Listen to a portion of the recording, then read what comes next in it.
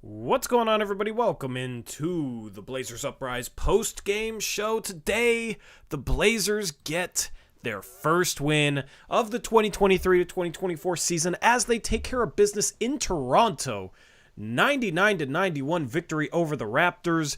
This was a very fun game, Eric. This is like the fun stuff that I was hoping we would get before now, but at least the Blazers finally got the monkey off their back. They got their first win of the season, and there was a lot of good things in this game. There was a lot to write home about with individual players, as well as the team just playing a better brand of offense, the team playing some defense. This was the best defensive performance of the season, in my opinion, and it was on the second night of a back-to-back against a Raptor team that, you know, is play-in caliber. Like, it's not a bottom feeder. They definitely got their issues, but it's not a bottom feeder. You know, you're on the road in Toronto and you get a win, man. That's not an easy place to play. So absolutely love what we saw today. Eric, how's it going, bro?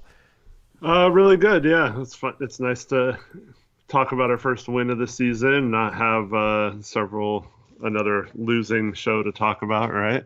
But yeah, I thought outside of maybe the first quarter, I thought pretty much everyone that played did something you can talk about and like. And yeah, so I can't wait to talk about everything that happened. Yeah. Before we hop into the meat of this game, before we talk about things, this stream is brought to you by BetUS. Use the link in the description box below and you can receive 125% bonus at BetUS. They have every sport you could want. They got NBA, NFL, MLB, hockey, MLS. It was the sports equinox today, Eric. All of those sports were in action. So you can get in on. You love, yeah, it's like a holiday for us sports heads. And you can get in on action in any sport you want. BetUS has all sorts of fun ways to bet. They got live parlays. They got live betting. They got picks against the spread. We did that earlier today over on our second channel. That was fun. So you can pick spread picks along with us on our second channel. And yeah, we got a lot of fun stuff planned this year with BetUS. And you can get 125% bonus. So if you're confident in your knowledge of a sport, maybe it's not basketball, maybe it's horse racing, I don't know. You can try it out over at BetUS with that link, and it helps out the channel too. So it's a win-win. And speaking of wins, Eric, what was the biggest positive? Because there's a bunch of positives, but what was your biggest positive from today's game? I think it's got to be Scoot finally looking like himself on the floor, especially in the second half. Just that was what I was expecting to see from him right away. Just being able to get into the paint. You might not be able to score a bunch of points, but just collapsing the defense and looking for teammates. That's what he should be focused on right now, I think.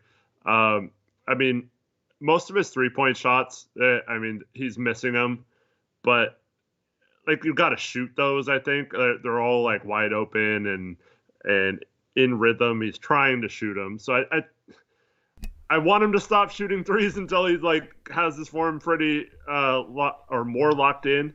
But I feel like he's gonna have to just start hitting one. Maybe if he hits one, like the door will come off or something. But like, I love the way he changed pace with his dribbling up the court today, and just turned on the jets at certain points whenever he saw a little opening, and he was wreaking havoc, just pushing the ball up the court. And that's what we were talking about wanting to see, right? Last post-game show, like, yeah. Where's the up-tempo offense? Where's the fast breaks? When are they going to get out and run the ball? They only score 99 points, and most of that is because they had their best three-point shooting game of the season. But, yeah, just nice to see at least a game where we can talk about, okay, Scoot has some flashes. He looks like he could possibly be the real deal if he locks in a couple of these other things. Yeah, he just was in control, and that's the thing. Like, as a prospect, a big part of his appeal was that floor general point guard that would be in control of the game, that was also a phenomenal athlete that could really turn on the jets and push the pace and put pressure on the rim and put pressure on the defense. And this was the first game it felt like he had some sort of control. And it felt like he was finally like reading the game. And the NBA game moves a lot faster than the G League game, than college basketball, and that's what I was saying last post-game show last night, is he was definitely overthinking and definitely sped up. And he needed the game to slow down for him. And you hear guys like after a year in the league talk about the game starting to slow down. And tonight, you could see the difference in terms of him not overthinking, him just kind of playing off of instinct. And that was a big thing that we were talking about last night, is he has to get to the point where he's playing off of instinct, where he's reading things without thinking about them, because things happen so fast in the NBA, you don't really have time to think. So today, like, there was a few drives in transition that were really nice. I love that dump off pass he had to Jabari Walker, and just controlled the game. You know, there were still rookie moments in this game, and the shooting still needs to improve. But at this point, I'm just looking for him to control the game as a point guard, a starting point guard in the best league. And he had 7 assists tonight, 4 turnovers. You know, still would like to get that turnover number down, but 7 assists to 4 turnovers, you would have taken that coming into this game. You know what I mean? Like, with how sloppy he had been, and like, his shooting numbers don't look great, but he was 4 for 6 inside the arc and had some very impressive drives, right? This is one of those games where, like, if he makes 2 or even 3 threes, you're talking about him having a phenomenal game. And the shooting, I'm like, you got to analyze parts of his game separately. Like, people on Twitter, people online will just look at this game and be like, 4 for 12, that's terrible. But you got to analyze parts of his game differently. The shooting needs work, and still going to need work. You know, it's not like, even if he came out and shot 3 for 6 from 3, it's not something that you can like put stock in, like, oh, all of a sudden he's going to be a good NBA 3-point shooter, right? So you're just looking for, in my opinion, flashes of his strengths that he showed in the G League that he had yet to show until today. And I thought today was finally the first taste of the real Scoot Henderson, in terms of a guy that could actually drive quickly, but also be in control and make the right pass, as well as finish. Like that play he had, I don't know if it was Eurostep or a 1-2 across the paint where he finger rolled it, but that was a beautiful drive. He definitely put pressure on Toronto's defense and definitely controlled this game about as well as you could have hoped for, given his struggles the first 3. Yeah, that one play you're talking about, they overplayed him to the right again. He made a hard dribble to the right. They cut him off, and he quickly went to his left, right to left, and got right to the rim. And he's going to be able to do that, because if teams are shadowing one side, that left side, I think, is going to be open until he proves that he can consistently make that move and finish. So just keep doing that. If he can start making the defense have to guard him straight up instead of shading to one side, I think he'll be able to start going to his right then after that, and then it can open up the whole floor for him. But I don't think he like forced any shots in this game, which was really good to see.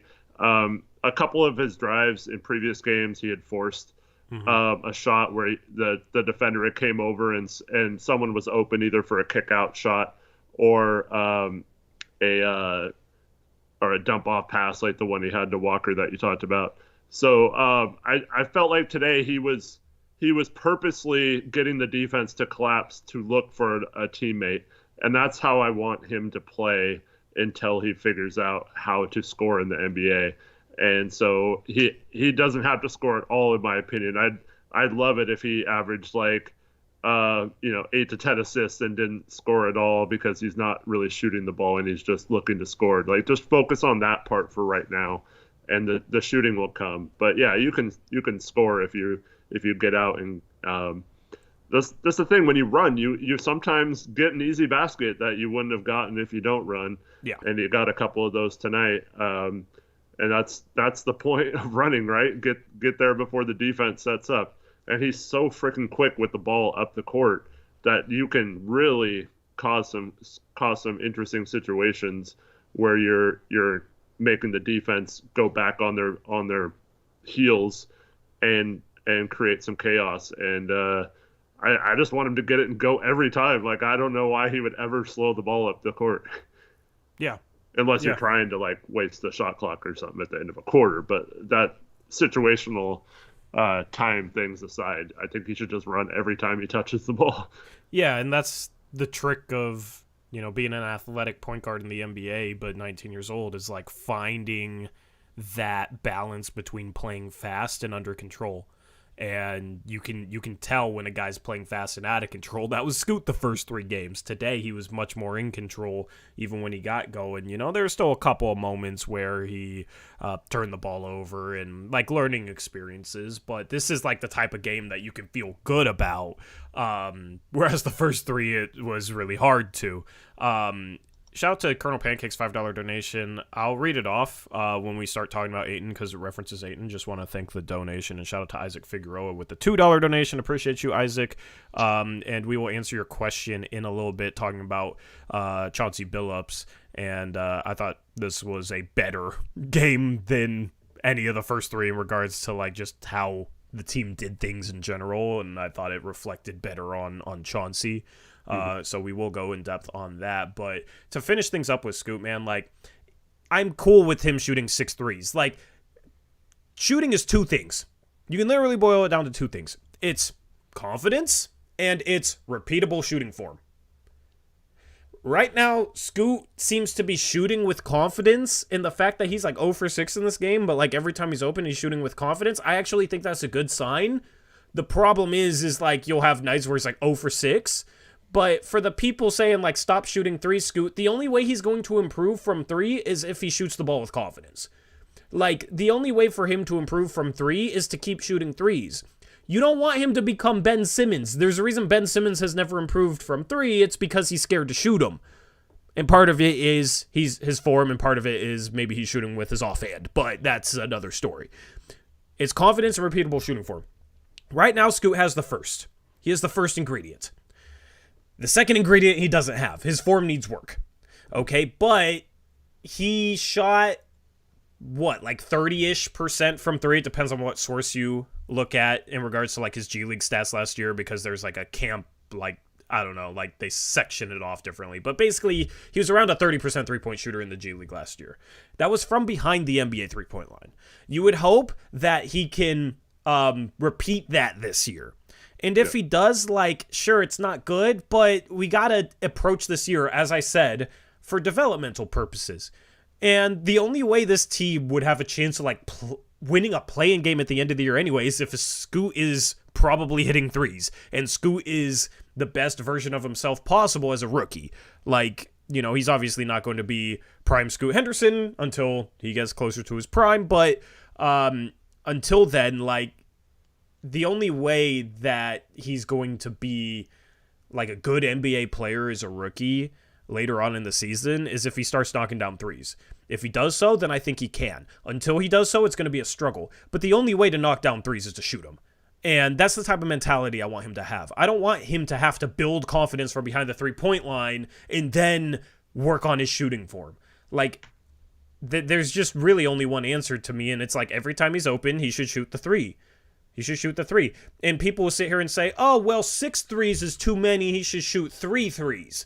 But it's not like a math equation when you talk about a guy's mindset. It's every time he's open, every time he has space to shoot the 3 ball, shoot the 3 ball. Is really what it comes down to. It shouldn't be a situation where he's like, oh, I'm 0 for 3, but I'm open, but maybe I shouldn't shoot it. And then he's second-guessing himself. And then he doesn't have that confidence. You know what I mean? So, like, that's the thing, is he, in my opinion, like, maybe the one in transition he forced a little bit and should have looked to get downhill, but for the most part, like, he's shooting open 3s. And that's all you can ask for him. You like, defender goes under the screen, shoot the wide open 3. Because that's the only way he's ever going to make the defender go over the screen, and then it's going to make it easier for him to drive and play to his strengths. Yeah, I just don't think he has to, like, shoot a set amount. Like if he's only shoots like 1 or 2 a game or 0 in a game, that's fine. If he shoots 6, like you said, and they're all wide open, like decent looks, then I have no problem with that either. Yeah. So I completely agree with either way. Yeah, because I mean, it's a big part of shooting is a mentality. When players enter the zone, right, when they like go on a hot streak, it's because they get a rhythm and they're locked in and they have that confidence because they just hit 1 or 2, and that's how players go on those heaters. I kind of like the pull-up 3 in transition at the timing of it because he was open and he was like playing well and things were going well for him. Like if he hits that shot, that's like if he's going to become like an all-star level player, that's the kind of like Steph Curry, right? He'll kill you with a couple of drives, passes to teammates, and then he just comes and hits a dagger 3, and all of a sudden you've gone on like a 9-0 run in like a minute, and like you're like, how the heck did we go from up 1 to down 8 in like 45 seconds, right? So obviously he's not good at shooting threes, and you don't want him to shoot too many of them if he doesn't have to. But I like that he, in that moment, was like, I'm going to hit this 3, and it's going to be like a dagger, and we're going to blow him out, And it didn't I think go it was in and out. Like, it was close. Yeah, I think he front rimmed that one, but it was on target. Yeah. So, but yeah, I'm not, because that's like that mentality you're talking about. Like, you want to have that killer instinct. Like, we have them where we want them. Let's just finish them off. And that's something that a lot of good players have, that instinct. So yeah, he's going to have to eventually hit them, but I think his mentality is right there. And if he just gets like one of these threes to go, like I just feel like that's all he's just like he's missing them because he's thinking about like, I just need to hit this one. Like, am I finally going to hit it? Like every time he shoots, and like sometimes all you need is to see like 1 or 2 of them go down, and then it'll just be fine. I mean, we kind of go ahead. I was saying Nurk went through that. That's literally who I was going to bring up. Yeah, go ahead. When he started shooting threes the season before last season, he would shoot like 1 or 2 a game, and like every single one would like rim in and out and go out, and they were all like right on target, and he wasn't like forcing threes. He was only shooting them if he was wide the frick open, but like they were not going in for some reason. Like every time they're right on target and would just bounce out.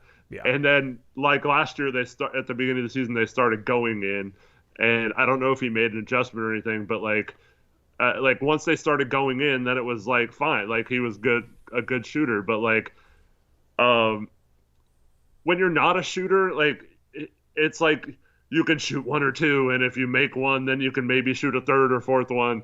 But like it's hard if you're thinking that way and you shoot 1 or 2 and you miss both of them. Like then the 3rd time it's like, should I really take this shot or whatever? Yeah. So, but that's the problem, is you don't want him thinking about his last shot. Right. You know what I mean? Like that's really what it comes down to. And like, I feel like people will just sit here and not really understand really the mindset aspect of it. Like, there's a comment in chat that says, even if he's open doesn't mean he has to shoot. Yeah, I mean, he doesn't have to ever shoot if he really doesn't want to. He could probably play 36 minutes and have 0 field goal attempts if he really tried to. But we're talking about mentality. You don't want him, like, doing math in his head, like, I've missed 2. Should I shoot this 3rd one?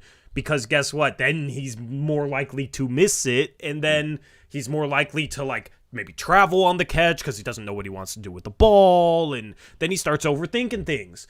And the problem is, his first 3 games is he was overthinking things. Today, he didn't overthink things as much, right? Like, if you're talking like 5 years into his career and we're a playoff team and he's a 25% three-point shooter, then we can have the conversation like, okay, maybe you shouldn't shoot.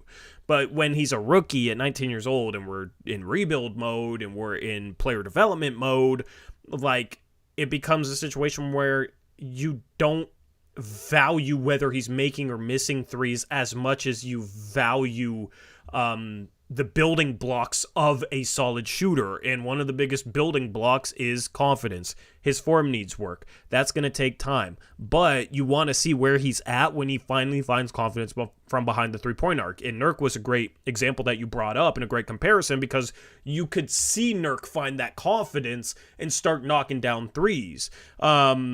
We also kind of saw Nas after his rookie year, where he was not a good three-point shooter. He would knock one or two down occasionally, but we saw him develop into a solid NBA shooter, and he still has weird things with his form that I think if he fixed would make him more consistent. So that's the thing with Scoot is, the shooting and the rest of his game I'm analyzing completely differently, but I think the lack of a three-point shot makes everything else harder for him when guys go under screens, when guys sag back. He was today able to make things happen. I thought Toronto guarded him a little tighter than the three opponents before him, and it was a little easier on him to turn the corner and drive the lane. And part of it was getting out in transition too, and just him being able to get a little bit in space. So yeah, I if he goes 3 for 6, I'm going to be excited. If he goes 0 for 6 and all the threes are open, I'm not going to care, is where I'm at. Well, I'm gonna have that same mentality whether he hits 5 of 6 or 0 of 6. Like I think I don't know if he's like, because if he would have hit 5 of 6 threes tonight, I'm not sitting here saying, oh, he's a shooter now, right? So I think it doesn't really matter. But we'd be very excited if he was sitting yeah, there, it would be great, but yeah, I don't want to it's good that we won this game without needing him to hit the threes, though. You know what I mean? Once he starts hitting threes, if we're playing a lot of close games and he's not hitting any threes, but at some point if he does hit 33% somewhere down the road in his career, and we're keeping, instead of these close games, all of a sudden we're winning by 6 to 8 or whatever. Yeah, I will say he does have to foul less. That has been a problem, and that was a problem today. He fouled out right at the end of the game. I mean, he played 35 minutes. If he's going to foul out, hopefully he's playing 35 minutes, And I do like that Chauncey has given him this many minutes, man. Because we had the question of, will Chauncey value, trying to win games at all costs, or will he value development? And I think he's valuing both. He's obviously going to try and win games. He's not just going to value development 100% at the start of the year, but given the way Scoot's played, if he was only cared about winning games, Scoot probably wouldn't be playing this much. So I do like that Chauncey seems to be really prioritizing his development. Well, I mean, part of that's Ant's out, but he is also leaning heavily on Grant and Brogdon. I mean, you don't see an alternate universe where he only cares about winning games, and given the way Scoot plays, Skylar Mays plays 22 minutes. I don't think Skylar Mays is good enough to take minutes from Scoot, or should take minutes from Scoot. I think they're smart enough to recognize that. But I mean, Brogdon today played 29 minutes. We've seen Chauncey play guys like that 38 minutes. You know what I mean? Of course. Scoot plays more than Brogdon in this game, and Brogdon 21 points, 5 assists. He had a good game. So I do think he is valuing development a bit with how many minutes he's giving Scoot, given that he was, you can make the case, the worst rotation player the first 3 games of the year. Yeah, that's true. So just want to give Chauncey a little bit of credit there. I also want to give Deandre Ayton credit today. So we had a donation from Colonel Pancakes. It was a $5 donation. He said, whoever thought Ayton would play like a dog? Scoot is incrementally improving, and that was all I was looking for. Absolutely agree. Colonel Pancakes, who has the best avatar picture. I love it. Thank you for the donation. And 23 rebounds tonight for Deandre Ayton. And dude, he was going after boards. He was competing on the boards. I love it. Still not really heavily involved offensively.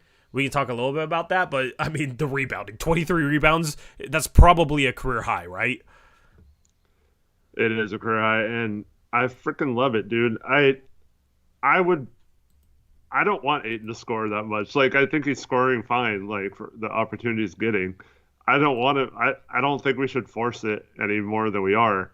And if he's happy just playing defense and rebounding and that's enough for him to be dominating or whatever. Like I'm cool with that. If he looks at this game at like, oh, I only got 9 shots, I should have had 20 and 20, right? Then I'd be a little worried about him.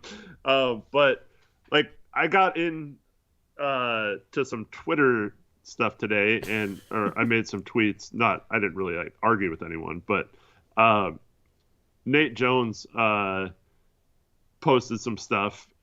First, he was posting about Billups. We'll have to talk about that more later because I do want to talk about what he was saying in regarding him. But and then he was saying that like the fan base had turned on Ayton and Grant or whatever. And I quote tweeted saying that I think Ayton's been fine. Like I'm not worried about Ayton on the court right now at all. Like even though he's not scoring a lot, like I'm not worried about it. I feel like he's been playing decent, and he's been really good on the boards. Obviously tonight he was elite on the boards, but like before this game he was really good on the boards.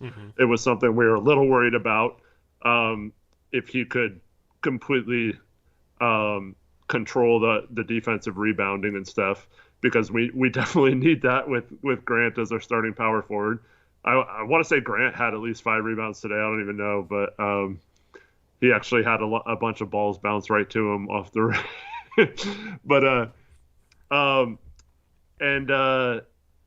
but yeah, so he's been showing good effort on defense, I feel like.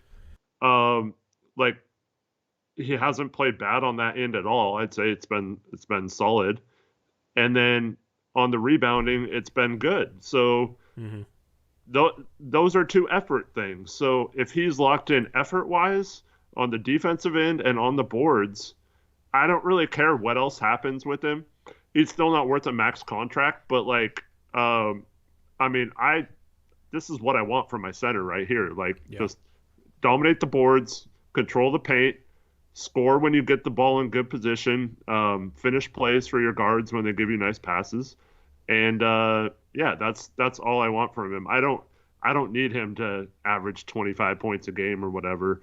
I mean, if he has some games where he scores a bunch, that's fine too. But I don't think we need to like make it happen or do anything. And if he's fine just playing a role on this team and he feels involved even though he's not scoring, I think that's a really good sign for his maturity as well.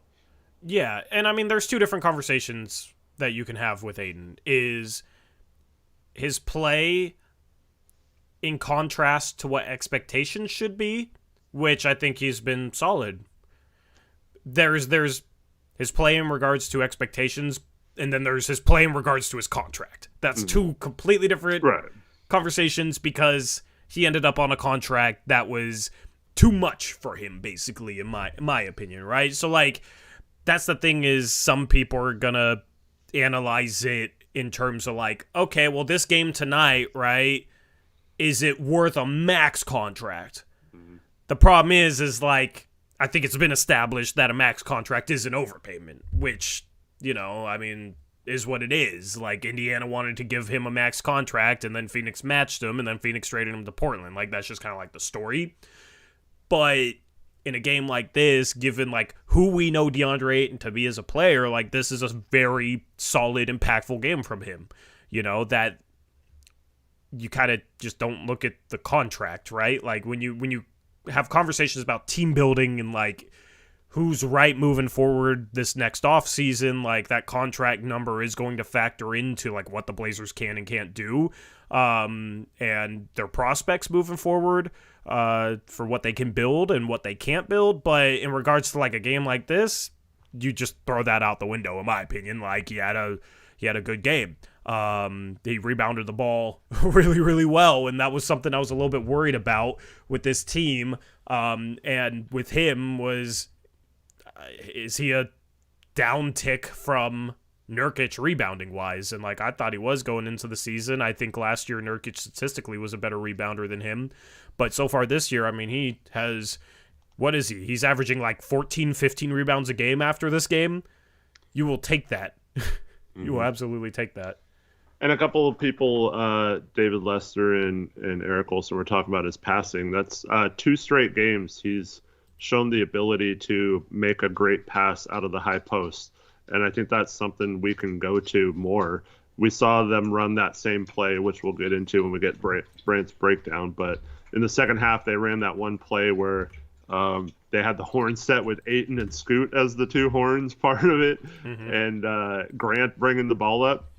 And I thought Ayton made some really good decisions out of that, and really, I don't know. I think that might be. He also had one in the post where he turned. He normally would shoot out of that position, but saw a cutter and passed to him.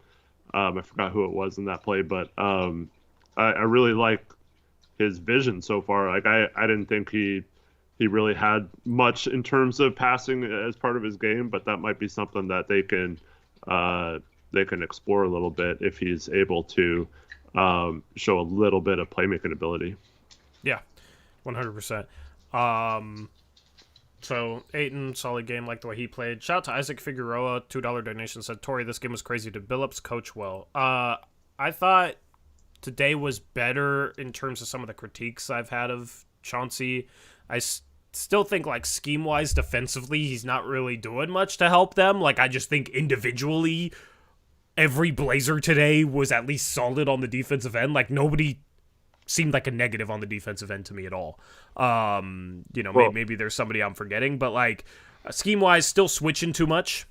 I still would like to see him trap and hedge a little bit more, and they haven't really been doing that. And then offensively, they were much more settled, and it seemed like they were running more stuff that they hadn't really shown the first 3 games, which is weird because, like, second night of a back-to-back without time to practice, you wouldn't expect to see new stuff. It just seemed like there was more movement, and it seemed like it was design movement, but there was a couple of guys that were cutting here and there. Like, there's a really good possession of ball movement that ended in a Shaedon Sharpe 3, so, like, I don't have critiques from this game at all. Like, I thought the team played a solid brand of basketball. What do you think, Eric? Yeah, well, the coaching thing is a very interesting discussion because that was the other thing that Nate Jones said was that Billups is actually running really good stuff, but the players just aren't executing, and it's like complex things, and the players have to go out and do the things, but they're not doing the things that Billups wants them to do. And my pushback to that is you can't keep having that excuse as a coach. Like, if they're not performing what you want them to do, you're not teaching them right, or it's not the right thing for this team to do. And now we've seen 3 straight seasons of that, where a freelance complex, if that's even what it is, it doesn't look complex at all to me. So I think that's just made up to make it sound like he's trying to coach and all that. So to me, I was frustrated with the narrative that Billups is just this mastermind and the players just aren't smart enough to execute it on the court. And that was driving me crazy today, that's like some people's narrative or like what they would think, because like there is nothing complex about it. And in fact, I would argue that it's more complex but better for a team that doesn't understand how to play freelance to run more structured stuff. And we saw that tonight where we started running sets and it worked great. Like we were doing well with it. And at some point I want to get to Brant's breakdown because I have 2 examples of a positive thing that we did on offense and one example of the stuff we've been doing most of the season so far in the first 4 games. And that makes no sense to me how this offense is complex based on this play I'm going to refer to. Well, you want to just do it now? Sure, let's do it. Since we're on it. Yeah. Alrighty. So that is play number 3. Let me get play number 1 in here. Postgame breakdown 1. Alrighty. Here we go. We got 7-10 early on, first quarter. All right, so this is one of the negative things, right? And we talk about this all the time. Like, players need to move. We can't just allow a player like Jeremy Grant to dribble the ball and try to create, and all four players stand around and do nothing but watch him, right? So we have a situation where Jeremy catches the ball. Notice the shot clock here. I don't know if you can see it on YouTube or not. 17 on the shot clock. There's 17 seconds on the shot clock when Jeremy Grant catches the ball, okay? Now watch. You got Thibault up top in the corner, right? You got Sharpe up on the wing. You got Scoot in the other corner. And Ayton's going to just hold out down low, okay? I already know what play this is. So go to the next slide, okay? Yeah. All right, so Jeremy's dribbled around for a while. He got it knocked away, and then he got it back, and now he's still, 5 feet behind the three-point line. How much time's left on the shot clock now? So this is 7 seconds later. 7 seconds later, okay? Yeah, all he's done is dribble around and done nothing, right? Everyone else, Ayton's gone a couple feet down towards the baseline. Everyone else is basically in the same spot, just watching Jeremy try to go against a good defender, right? Yep. And so go to the next slide. He tries to drive again. Siakam pokes the ball away again. It's still not there, Jeremy. Like, it's not. Like now we're down to how much time? Now we're down to 8. Yeah. 8 seconds on the shot clock, so this right? is 9 seconds of this. And no one's moved, right? Still, Yep. like everyone's still in the same spot. Barnes has his back turned. Sharpe could easily cut right to the middle right here and get a wide open 15-foot shot, or take it in on and force Pirtle to come out and dump it off to Ayton. But he just stands there as well. So then go to the last slide. And we see Jeremy tries to drive and shoots with 3.7 on the shot. 3.7. So almost, so like 13 and a half seconds of Jeremy just dribbling around while the other four players stand and watch him. And then Jeremy ends up airballing. Like, this is that. To me, I was thinking about those tweets during this play, and I'm thinking, how is this offense like too complex for players? Like, you're literally just giving the ball to Jeremy and everyone's standing around and watching him. So it's crazy to me that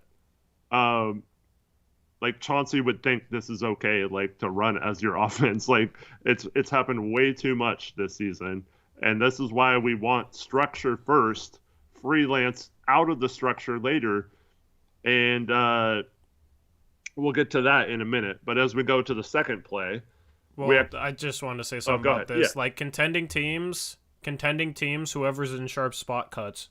Like, that was the thing watching, like, Milwaukee's first game and, like, Dame being in this position with the attention that he got. Like, Malik Beasley made this cut. Chris Middleton made this cut to the middle of the floor.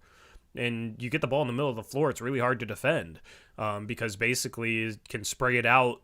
180 degrees is available to you to, like, pass the ball out. And you're have momentum to the rim. If you're Shaedon Sharpe, like, this is why I thought Shaedon Sharpe did better at the start of last season than he does now. Like, the one thing, because it's gotten better at everything else. We're going to talk about him because he was great today. But, like, he was making this cut to start last season, and it's like, if he's able to get the ball below the free throw line with momentum, it's probably one of the highlights of the year. You know what I mean? But that's the thing. It's like, part of it is like Jeremy just won't give up the ball, and then part of it is like Sharpe won't make this cut. That's like, because Senator Mula says Shaedon needed a cut on this one. I agree, but is anyone confident if Shaedon cuts right here that Jeremy's passing him the ball? That was also what I was thinking. It's probably part of, like, Jeremy has the ball. He's not going to pass it to me if I cut. Why am I going to waste my energy? Right.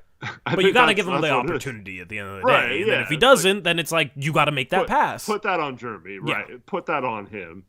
But, like, he also knows that Jeremy's probably driving to the middle here too, so he's probably trying to keep it open. But Jeremy has not done a good job of passing, and that's not really his game either. So I don't know why we're putting him in positions to have to play make for 13 seconds, you know? Yeah. I will say, if Sharpe cuts here and Jeremy's, like, looking for it, Jeremy can make this pass.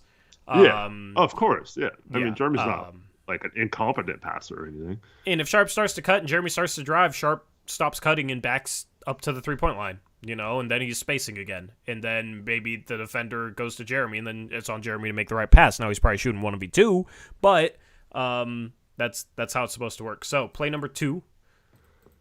I just want to say to Bruce Davis in chat, you do know we won, right? He's saying all the same things he said last time, but we played better tonight. Yeah, yeah, we played good basketball tonight, Bruce. It was beautiful to watch. All right, play number 2.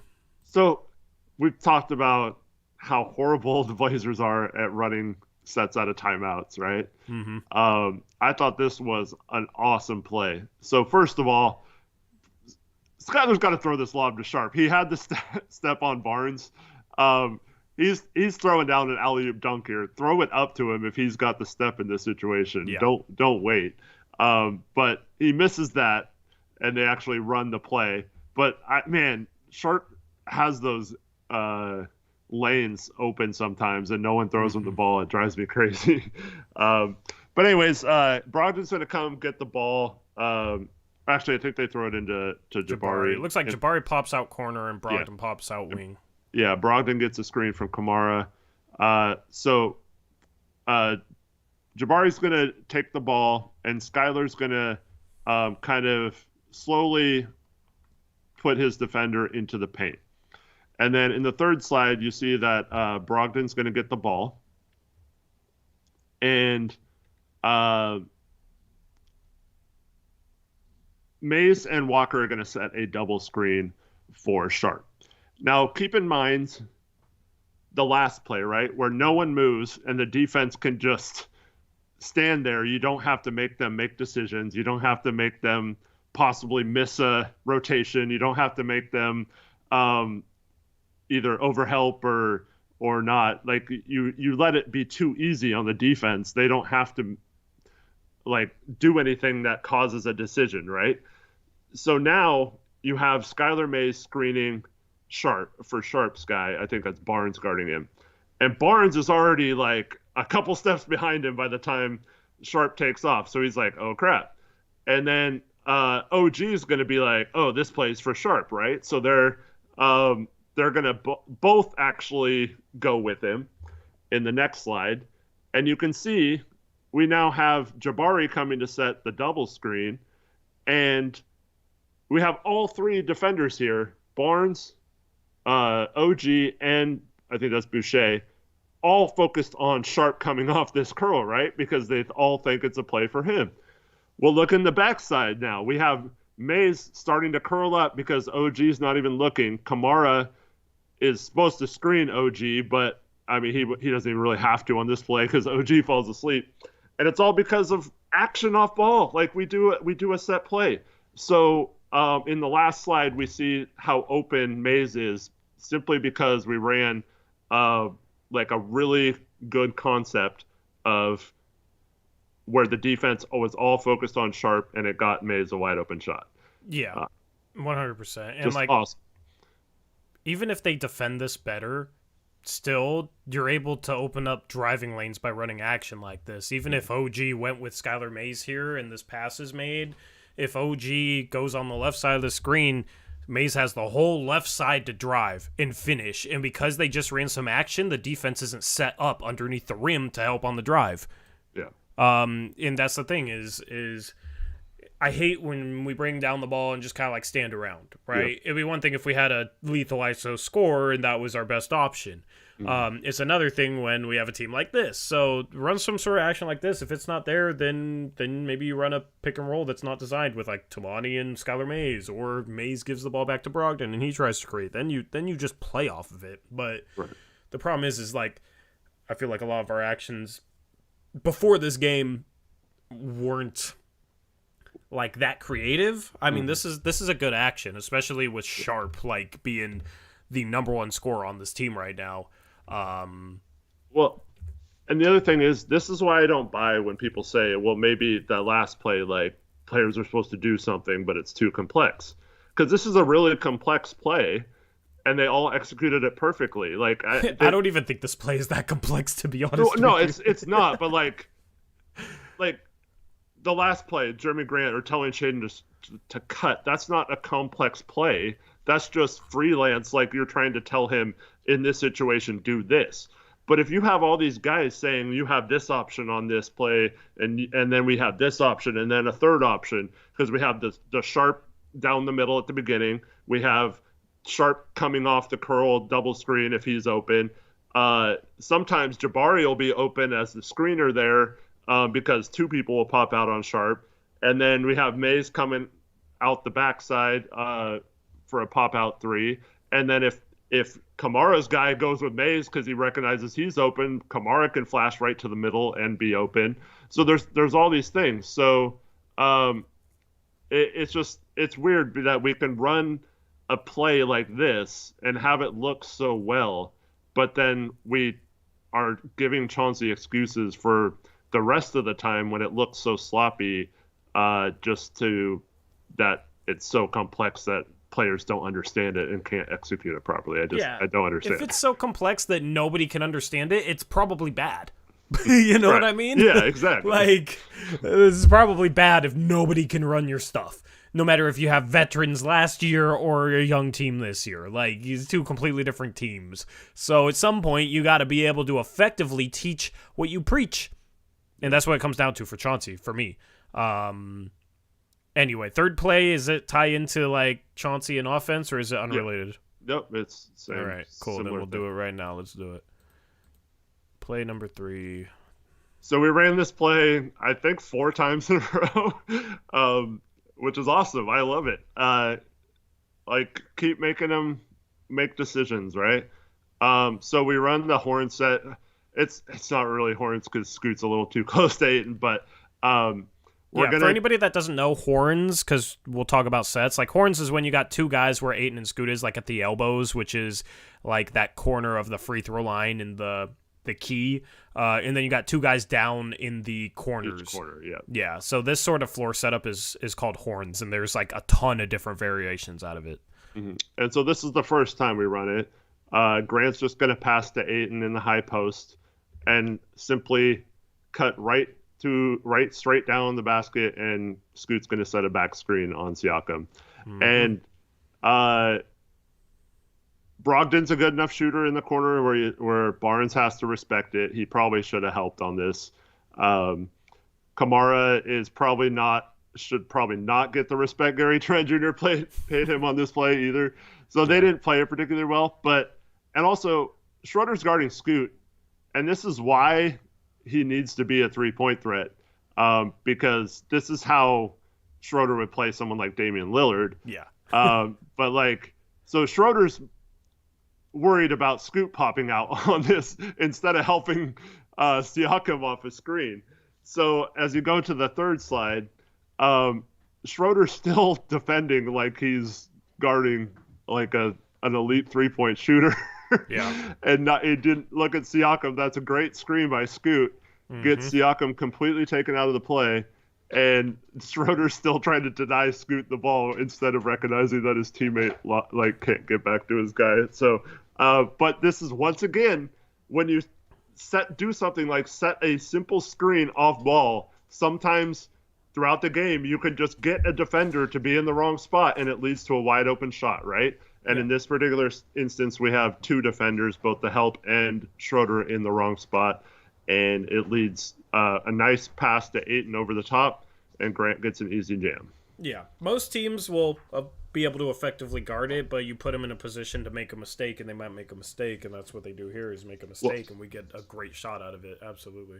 Well, the other thing, too, is if Schroeder does play this right and goes with Grant, then Scoot can pop out, and he has a power forward or whatever that he can break down from the top of the key and probably get by. Yeah. So that's another wrinkle. Then Scoot the next time ends up getting an offensive foul. He didn't set before he set the screen. But then we this one later he didn't even really set. Right. This one he was kind of moving a little bit, but then later on we ran it again, and we ran it all the way through. So Grant wasn't open, and Scoot came and got the handoff from Ayton, and they ran pick and roll, and it still ended up being a nice play. I like when we run more structure, like even just basic structure like horns. I feel like the offense does so much better, and I don't understand why. Hopefully Chauncey looks at the film of this game and sees like, oh wow, like when we run structure, it just looks so much better out there, and they look so much more comfortable. Yeah, I will say I have seen them, run some horns. I don't specifically. I think I've seen Scoot a little bit at the elbow, so I'm sure they've run this variation at some point this season, and it was probably defended better. That's where you need a set where it's like not just one thing, right? Where like once Scoot comes for a handoff, it's basically entering a freelance situation because you're entering a pick and roll, right? And then you just gotta read and play off the pick and roll. So that's where good sets a lot of times won't just have like one designed option like this Jeremy Grant back screen, which this good screen, great option. A lot of great sets would have something like this followed up by something else, and would have like kind of multiple things you look for in the set before you maybe work it into a handoff to try and force mistakes like this, because sometimes the guy guarding Brogdon will overreact and he can come up. Like there's different sort of things that like an initial action causes the defense to rotate that you can then like play off of with another option that's designed.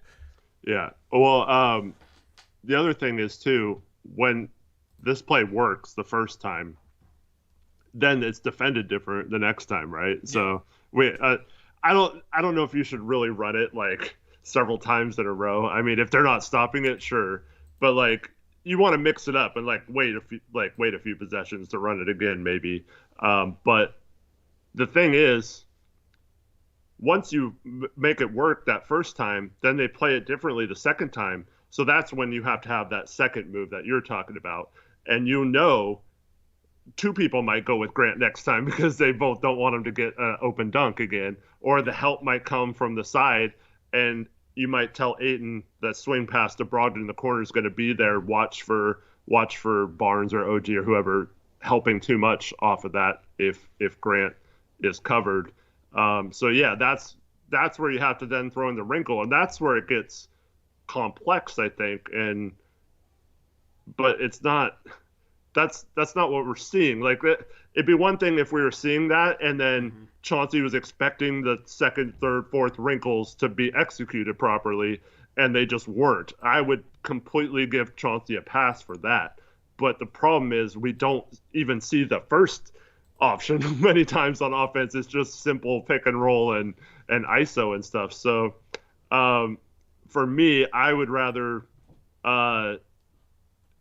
add as many wrinkles as possible and see how much these players can handle and process than just throw it out freelance style and see, like, try to get them to learn on the fly what to do. I'd much rather have them do it over and over. And then, like we talked about with Golden State, they start doing that and then it just becomes natural. And then when they do freelance, they do all the stuff that you do when you call a play. It's just in freelance, and they're setting an off-ball pick for someone just because.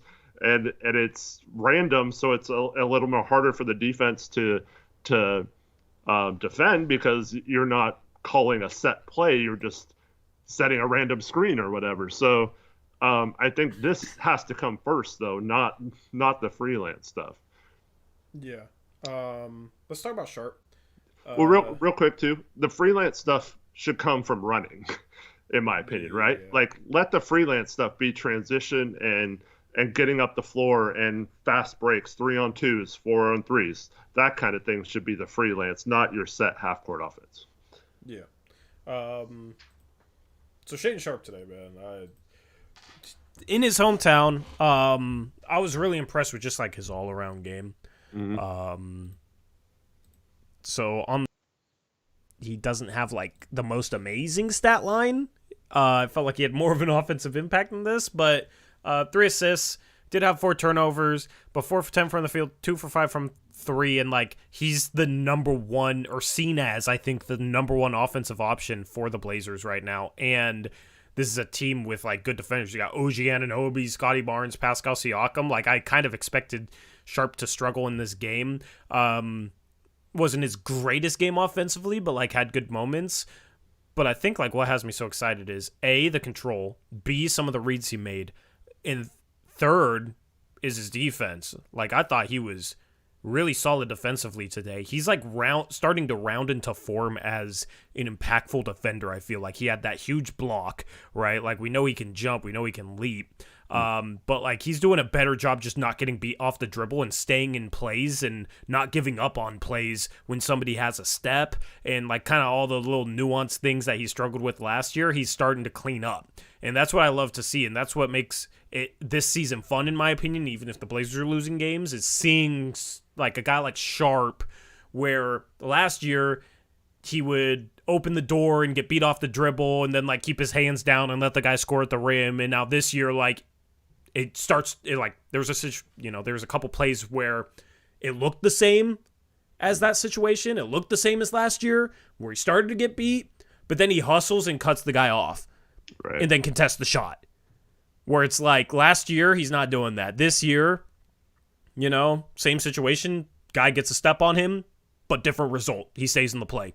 He battles. I thought he did a pretty good job contesting shots today. He had a really good rotation in I believe it was the first half, where he rotated out to the corner like extremely quickly. And I think this team defensively like rotated much quicker today than they did the first 3 games this season. Like they were recognizing things faster and just playing with more awareness today. Maybe it was partly due to the team they're playing against, which isn't the greatest 3-point shooting team. Toronto went 4 for 29 from 3 tonight, which was 13%, which is awful. Like a good shooting team shoots better and probably maybe wins the game because of it. But I think a big part of the Raptors shooting so poorly was the Blazers were rotating extremely well and closing out extremely well. And like Sharpe, that rotation he had in the first half where he got out to the corner, had a really good contest on the shot, was like one of the best rotations I've ever seen him make. Maybe the best rotation I've ever seen him make defensively. So like the off-ball defense starting to recognize things, on-ball being more competitive, defensively I love what I saw out of him today, as well as a couple of the passes he made. And that's what had me so excited. That's why I feel like he just had a really, really good, well-rounded game. Yeah, I completely agree. Still would like to see him get more than 10 shots, especially when other players are taking 20 shots. But yeah, I don't think he's trying to force too much. He had that one sequence where he forgot what he did on defense, but he did something, got the ball and took it all the way down, went and attacked Pirtle and scored. And I really like his passing right now.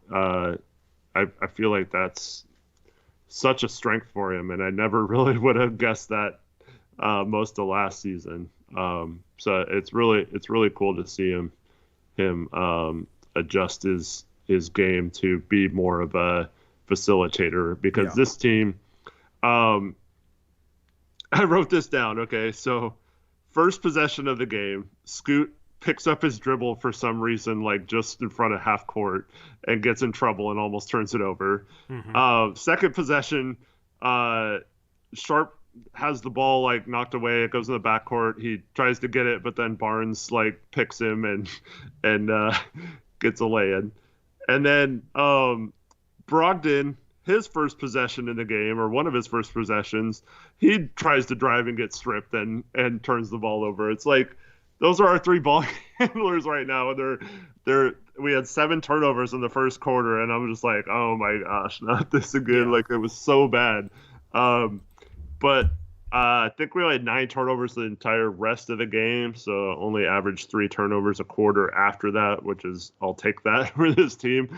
But yeah, like I don't know what it is about early in the games, especially with Scoot, why he's having so much trouble. And maybe that's just because he's so uncomfortable right now. But maybe this game will get him a little bit going there.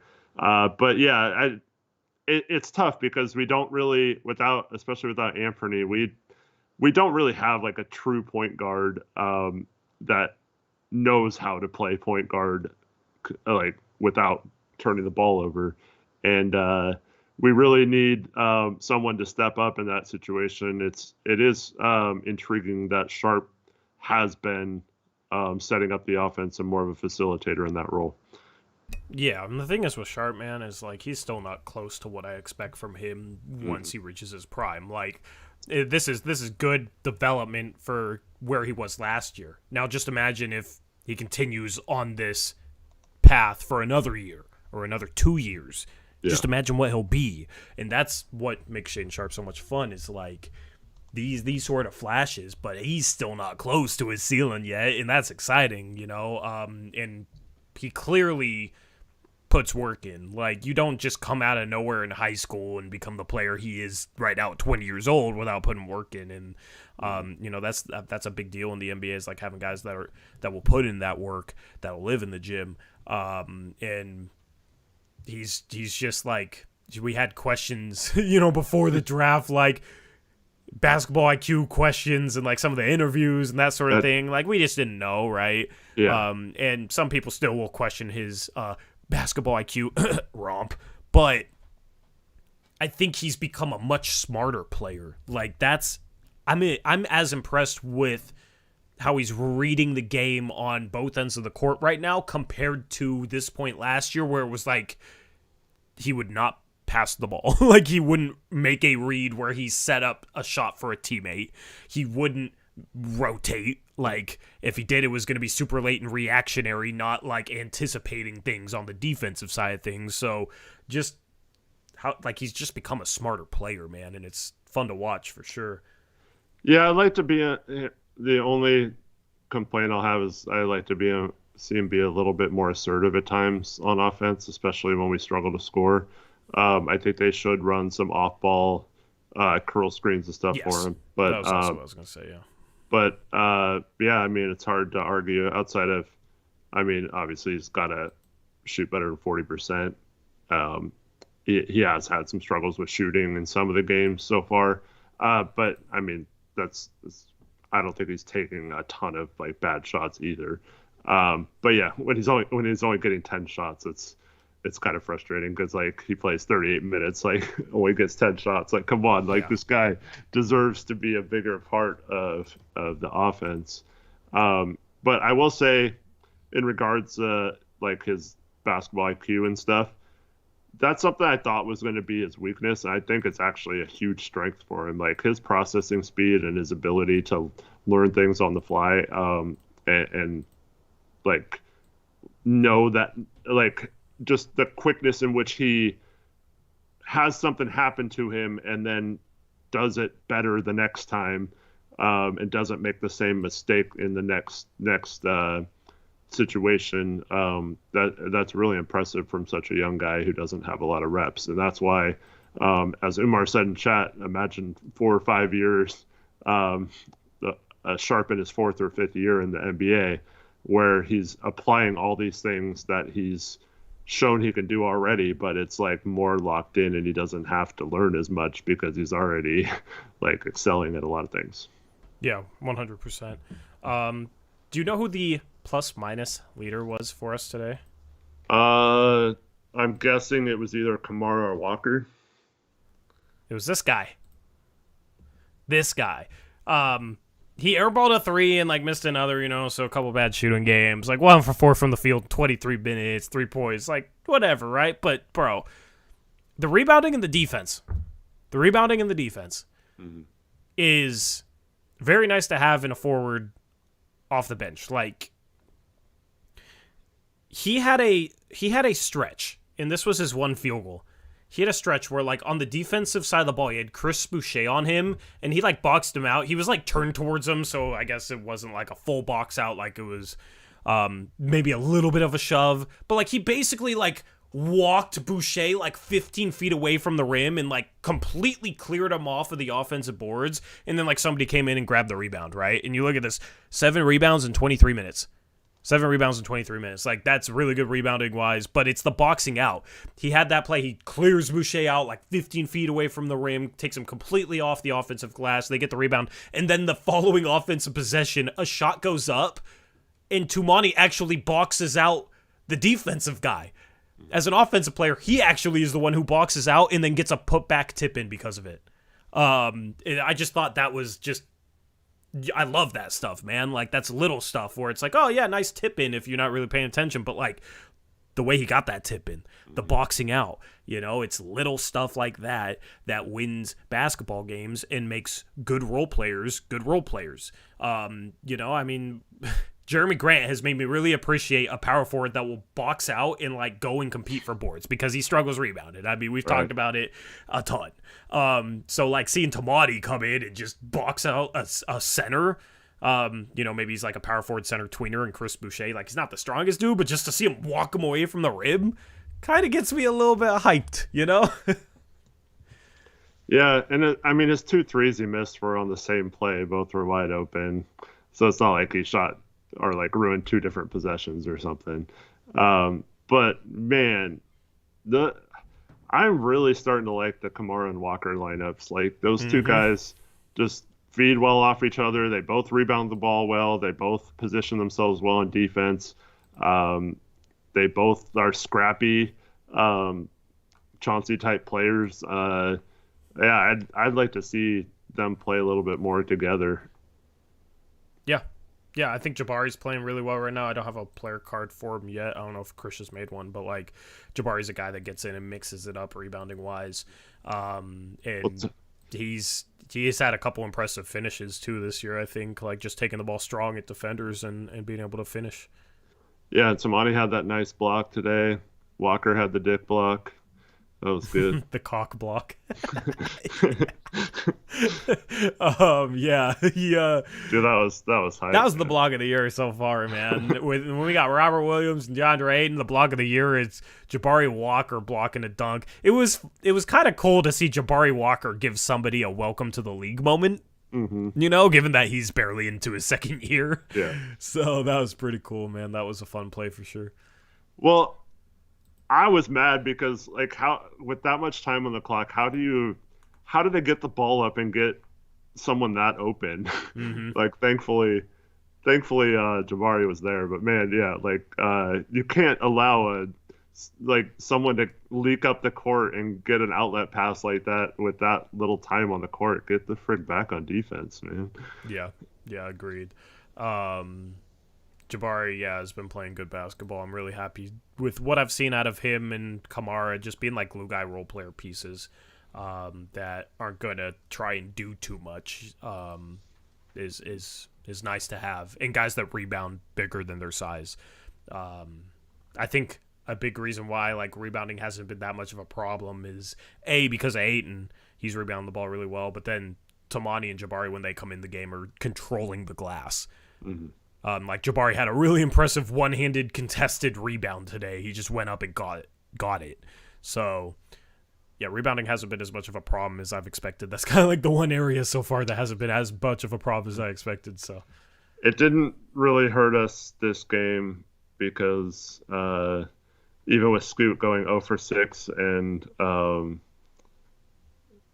Kamara and Walker not hitting threes, but I do think that Kamara and Walker, if they can start spacing the floor a little bit with some 3-pointers, that would really help a lot. Yeah. It seems like teams respect Tamani's 3.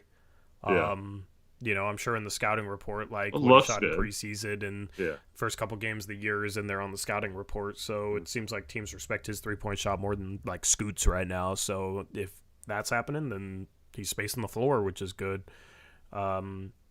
Other guy off the bench, like Skylar Mays, played 11 minutes, 5 points, 2 for 4 from the field, 1 for 3 from 3, and had like a nice layup to start off his stint. I mean, he just gave him minutes without hurting them, which is what you want from a two-way player. Yeah.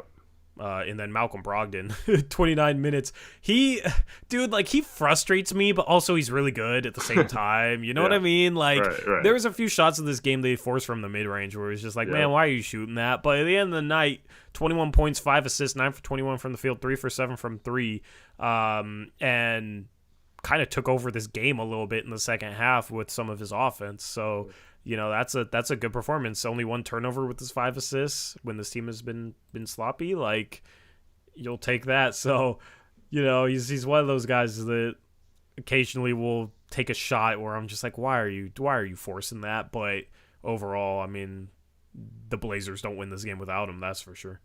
Yeah, can we please even out the shot distribution? Like 21 versus 10 for Sharpe. Like, I want to see Sharpe shoot like 15 shots at least. Yeah. So give him a few of those, Brogdon. Come on. But man, it's such a crafty vet move.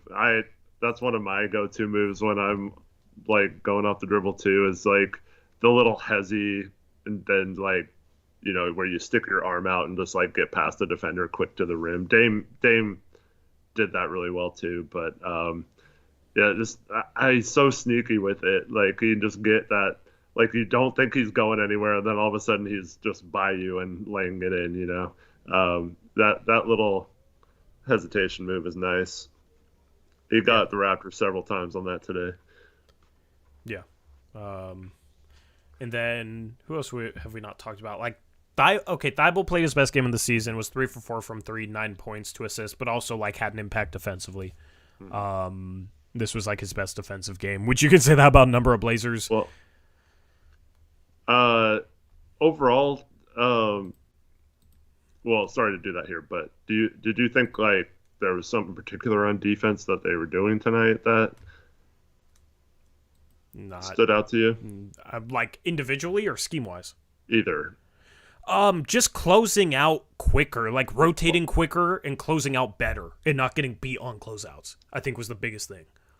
Well, part of that to me is that we know they're not a good 3-point shooting team, so Yeah. you know you don't have to like close out as hard as you would against a normal team. Yeah. So you can close out properly without worrying about them hitting too much threes. Or Well, like, they 4 yeah. for 29 on threes tonight. Like that's a lot of those are wide open too. Still, like, I still feel like it wasn't like they were closing out with a gap and that's why they were closing out well. I felt like they were doing a good job like closing out to the body without getting beat off the dribble. Yeah. I just think it's a lot easier to rotate and play defense against a team like Toronto that doesn't have a lot of dynamic shooting or players that put the ball on the floor. Yeah, hypothetically, yes. I feel like they weren't using that leeway in order to play better defense. Like I thought, you know, like the Sharpe rotation, just how quickly he started rotating on a play in the first half. And there was a play where like Grant rotated across the key because I don't know if it was a pick and roll or what, but basically the big man was open and like Grant recognized it really fast and was across the paint and met him early and got a stop because of it. Like it wasn't just to the 3-point line with the rotations, like interior rotations I thought were really solid as well. But like I thought there was a number of plays where they rotated out to like Grady Dick, who's a shooter, right? I know he's a rookie, but like the one thing he can do is shoot. And they like rotated out to him and contested his threes really well. And he goes 2 for 7 and 0 for 3 from 3. Gary Trent Jr. had no impact on this game. He's 1 for 7 in 19 minutes, 0 for 1 from 3.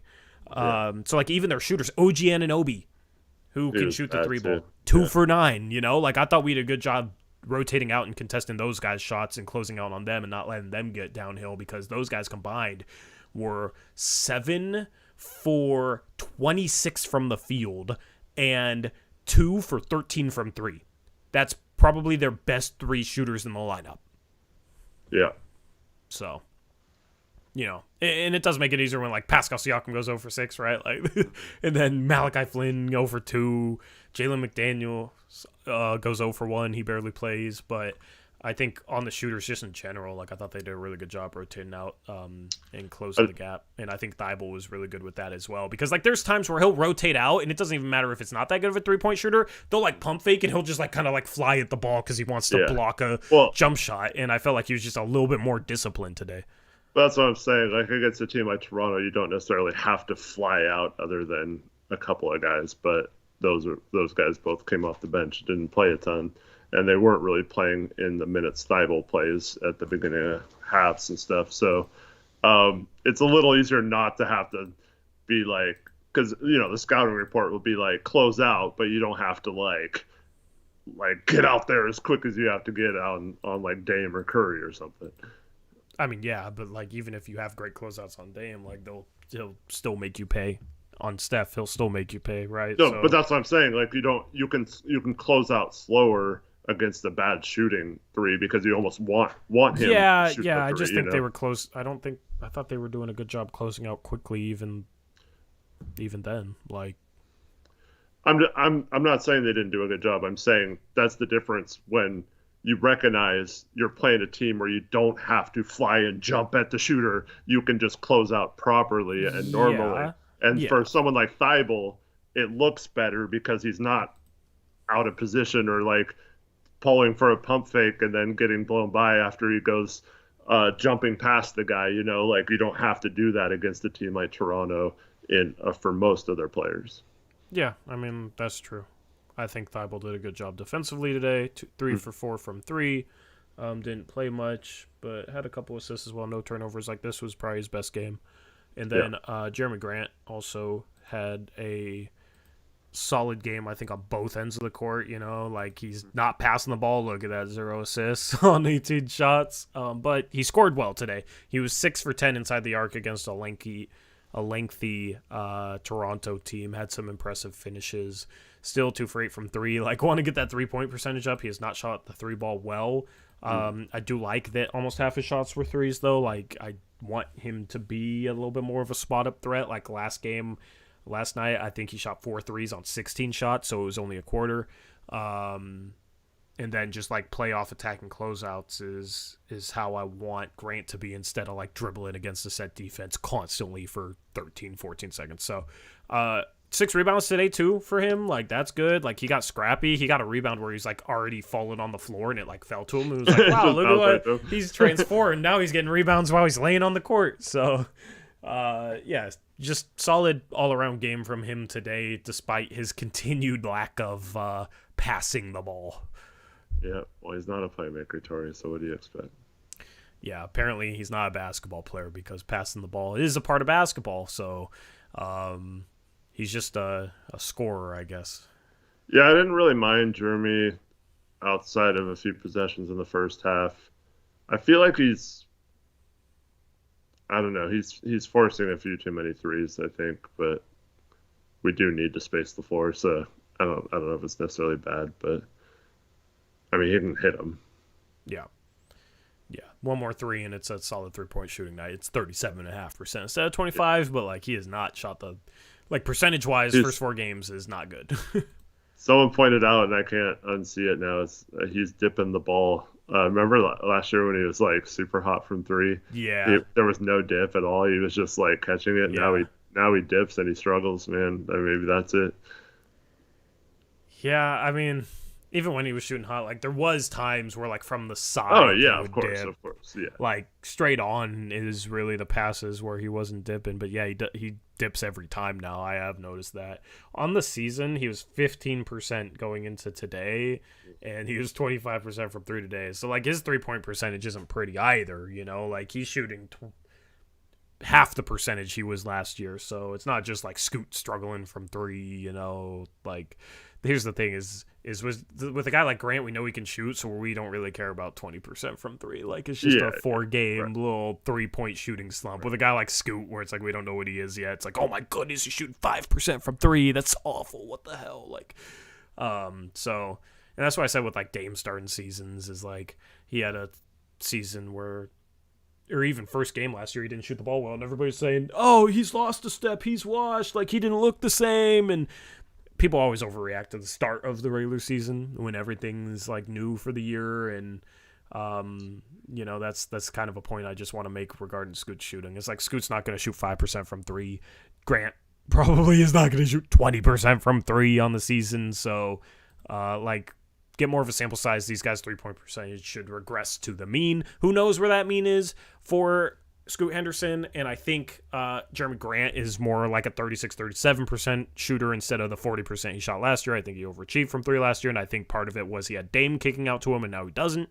But I do expect his shooting to I expect him to have a hot streak. Then again, he did struggle to end last year, and that has continued, so who knows when it improves.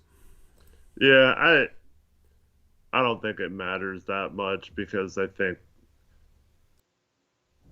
hopefully Cronin can just say, well, he just I mean, obviously Grant's a good player, needs to be on a contender, right? So at the trade deadline, you can prop that up and just say like, well, I mean, we didn't have the most structured offense or anything, and we didn't have the best like facilitators or ball handling early in the season, and it led to him not getting quality shots. So I think most teams that would be interested in him would recognize that it's not really the best situation for him to shoot a high percentage for three.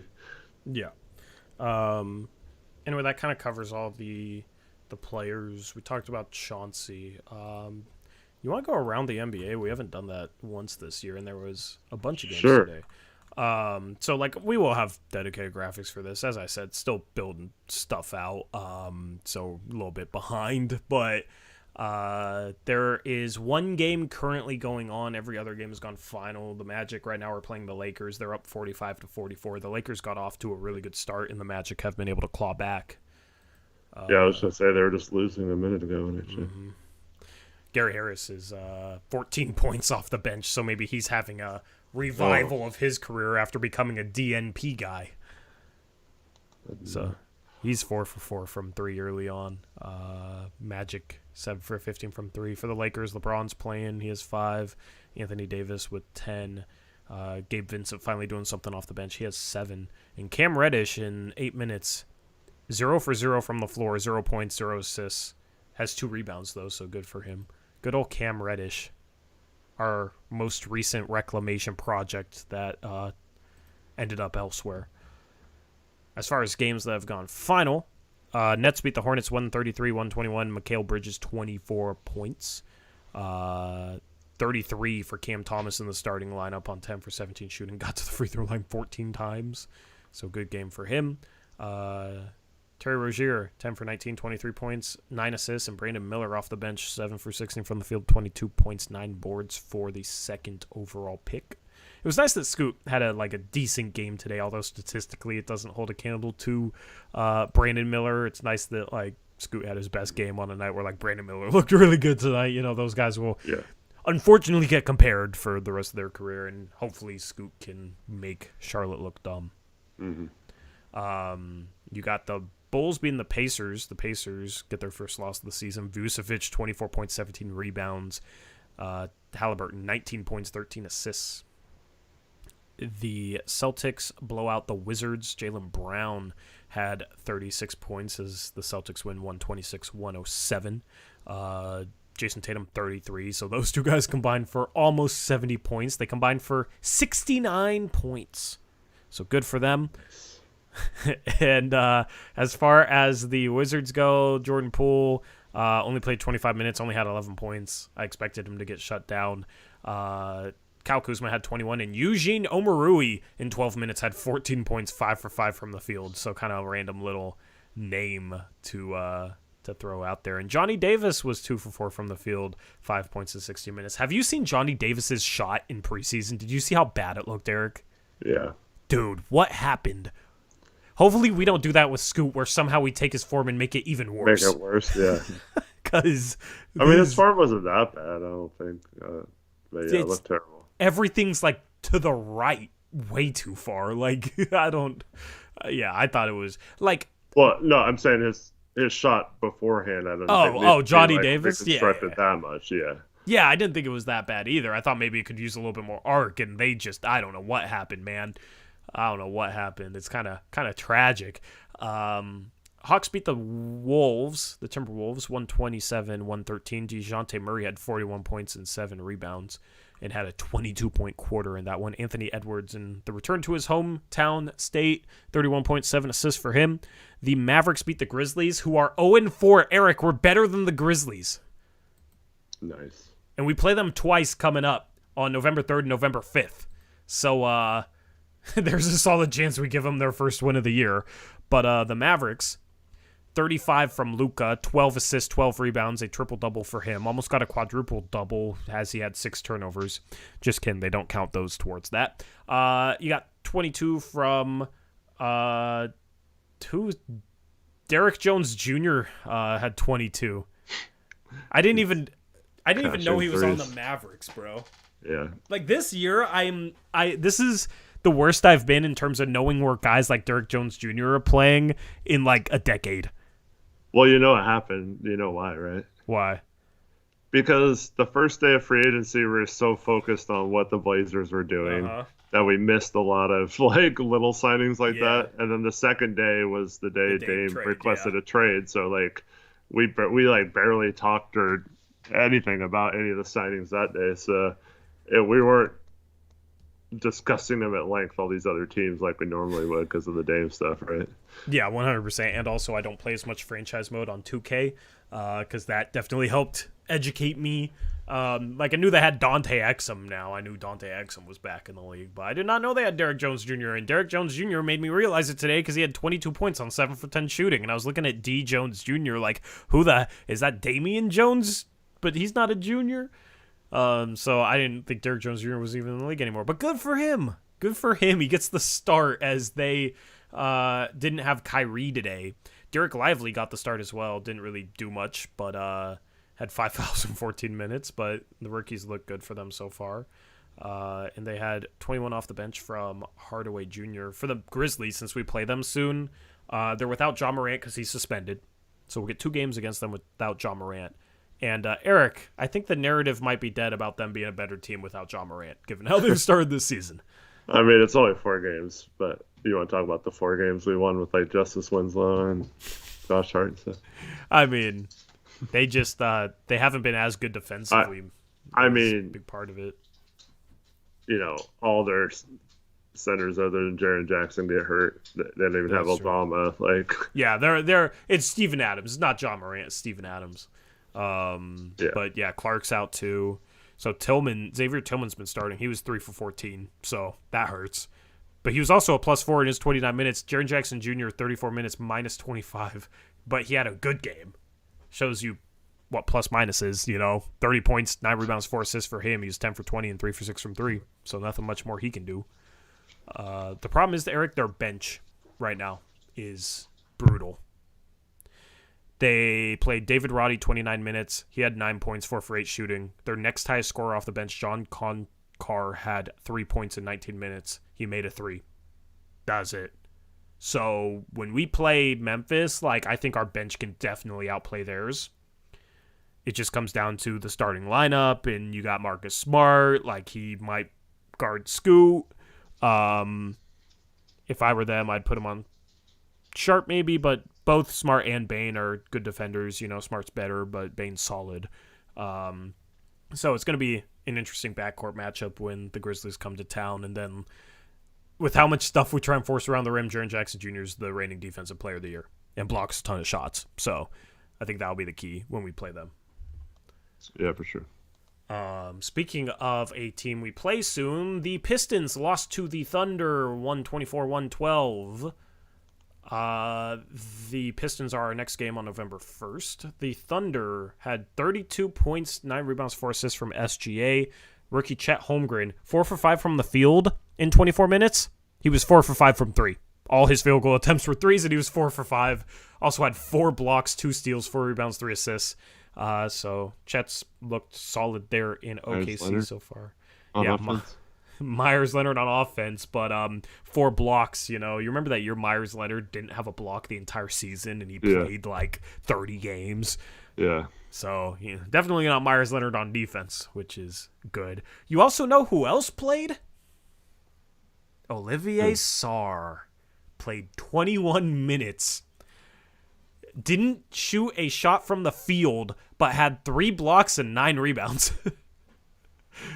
Good old Olivier Sarr. He's not related to Alexandre Sarr, is he? Yeah, that's his brother. Is that his brother? Yeah. Nice. Okay, yeah. See, I thought they might be, but I didn't know, so...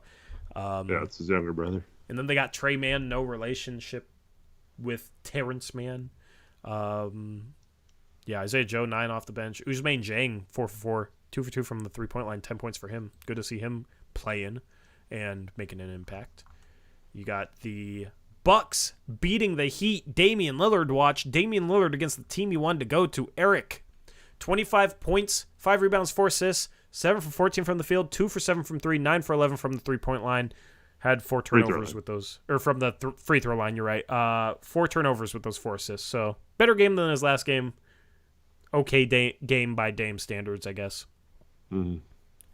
And then we have a donation. I forgot to read this off. Shout out to Bob and Weave. What's up, Bob and Weave? Good to see you, bro. Hopefully you're still here because it's been a minute. My bad.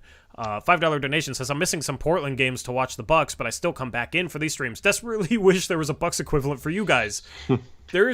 So I haven't talked to you, but like Rich wants to do Bucks content. Crushable said he'd be down to do Bucks content. Well, okay, Bob and Weave still here. That's good. Like in chat wants us to do Bucks stuff. 85% said they'd watch when I did a poll and asked them when I was on the post game with Crushables. So, maybe we'll all collaborate and start a Bucks channel. I don't have much time, but if there's like 5 of us and Crush makes videos and Rich makes videos and like maybe we'll have something. I don't know. Maybe we'll have something. Just stay tuned. Make all those people who told us that we need to start make them ready for the Bucks happy. Yeah. But we'll still be here doing the Blazers stuff, obviously. But Bucks I'm rooting for this year. It'd be fun to do content around a team that's a contender. Nothing would compare to the Blazers being a contender, but I definitely want to maybe have like post-game shows for them in the playoffs or something, maybe. Yeah. And, I'd probably want to find a Bucks podcaster or two to like join us. And then once Dame's gone, we can just give the channel to them since they're Bucks fans. So maybe we'll have something. We'll see. But yeah, it would be fun to do some stuff around the playoffs when they're hopefully going on a playoff run. So thank you, Bob and me, for the donation. We will let you know if we have anything regarding that.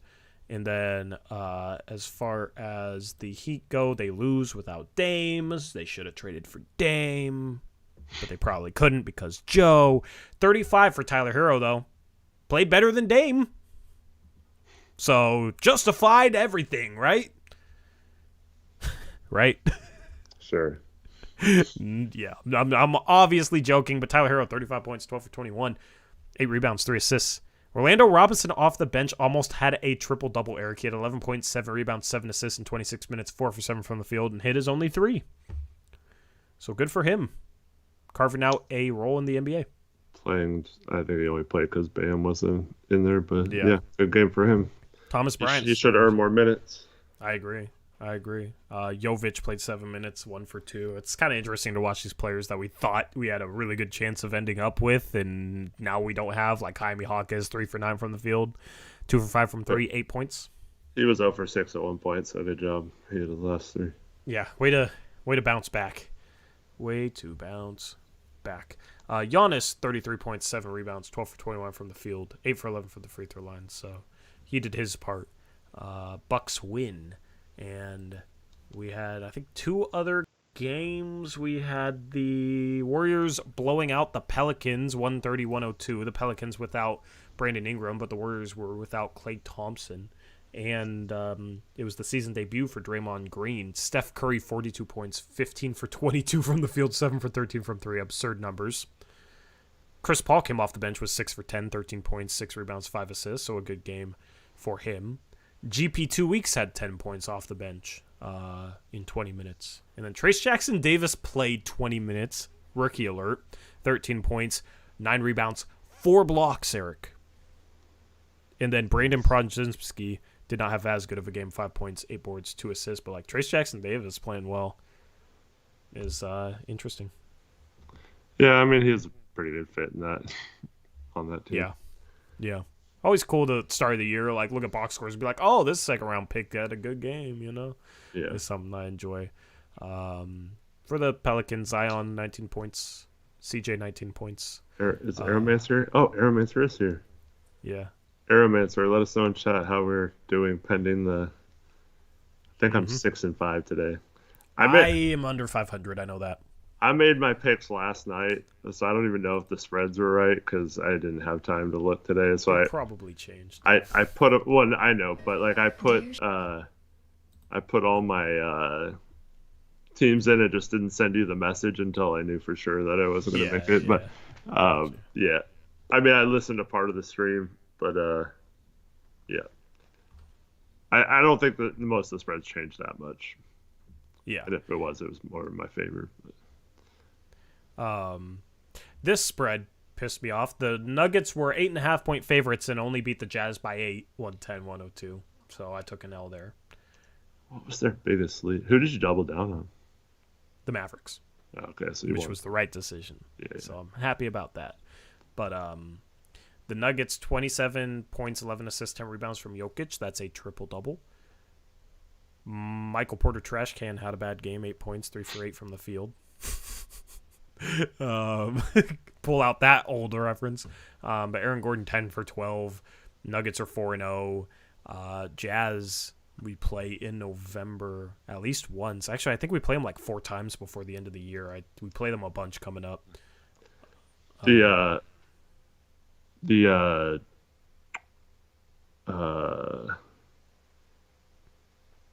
forgot what I was to say. Sorry. Oh, the Nuggets were up 17 at one point. Yeah, of course. They blow the spread.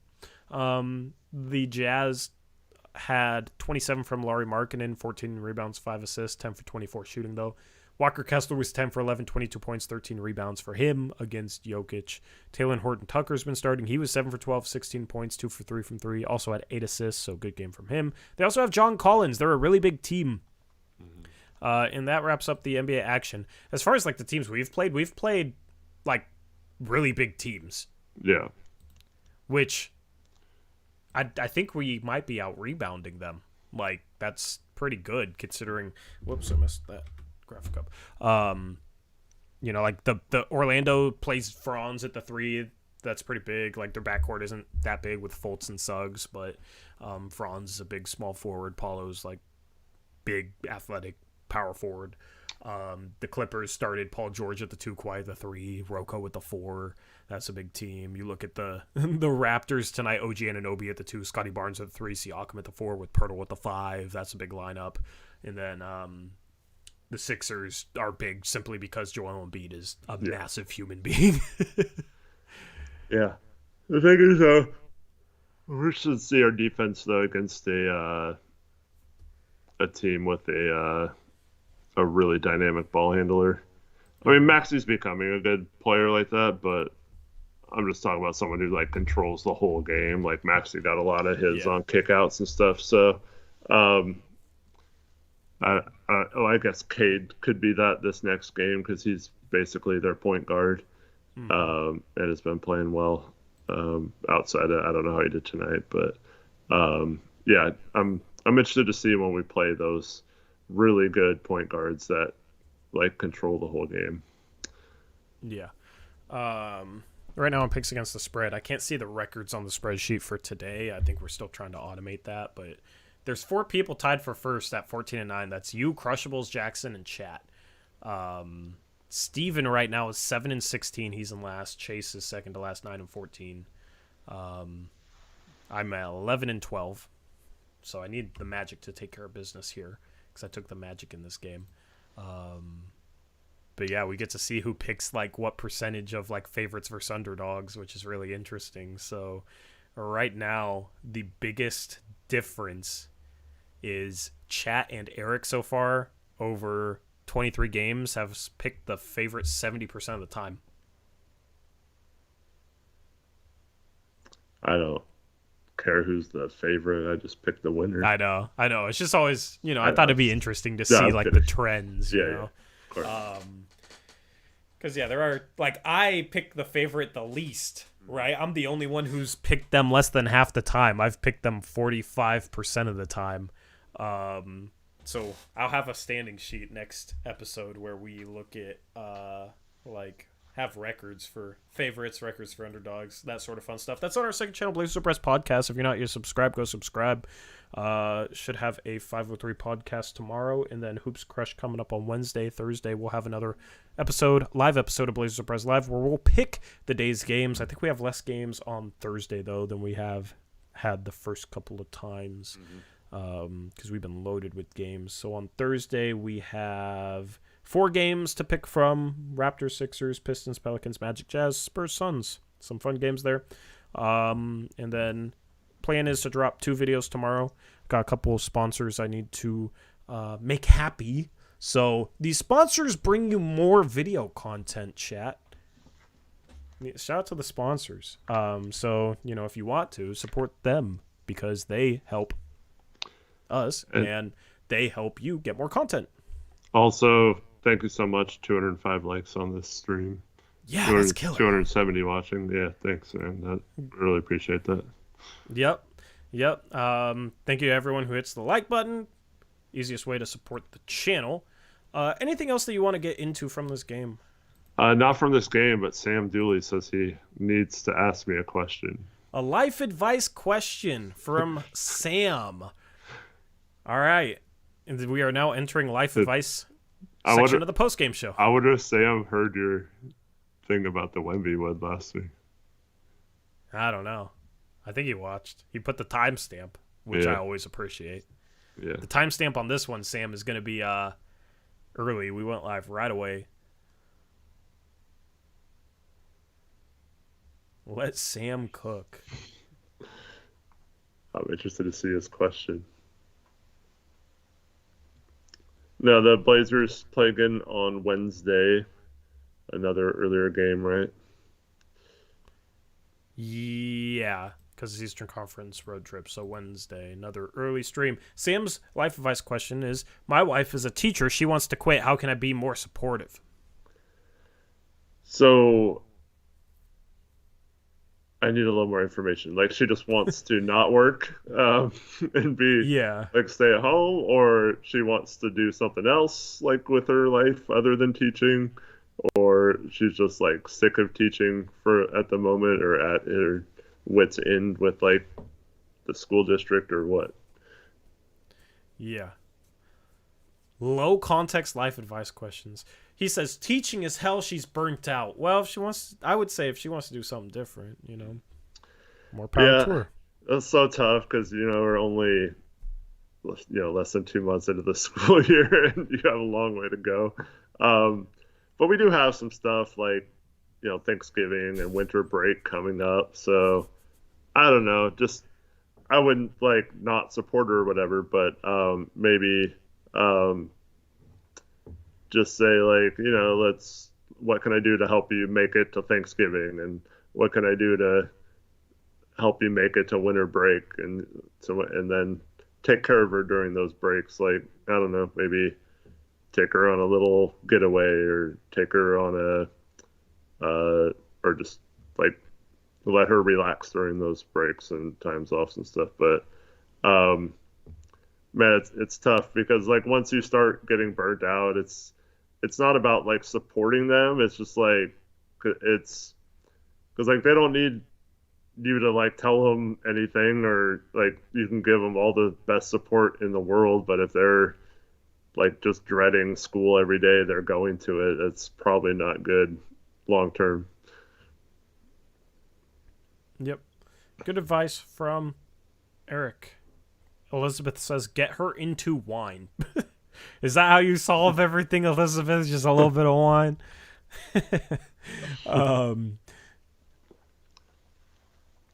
Yeah, but teaching's a very tough profession.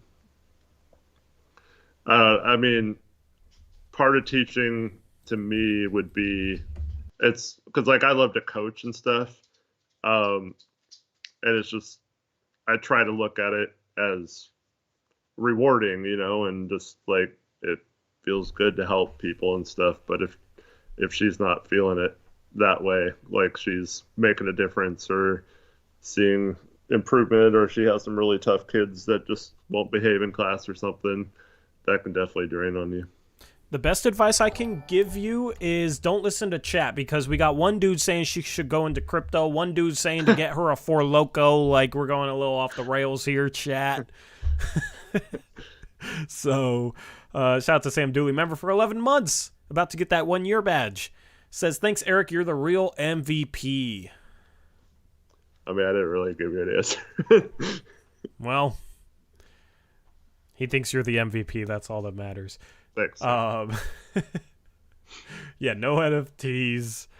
Yeah. We ain't gonna go into crypto and Four Locos.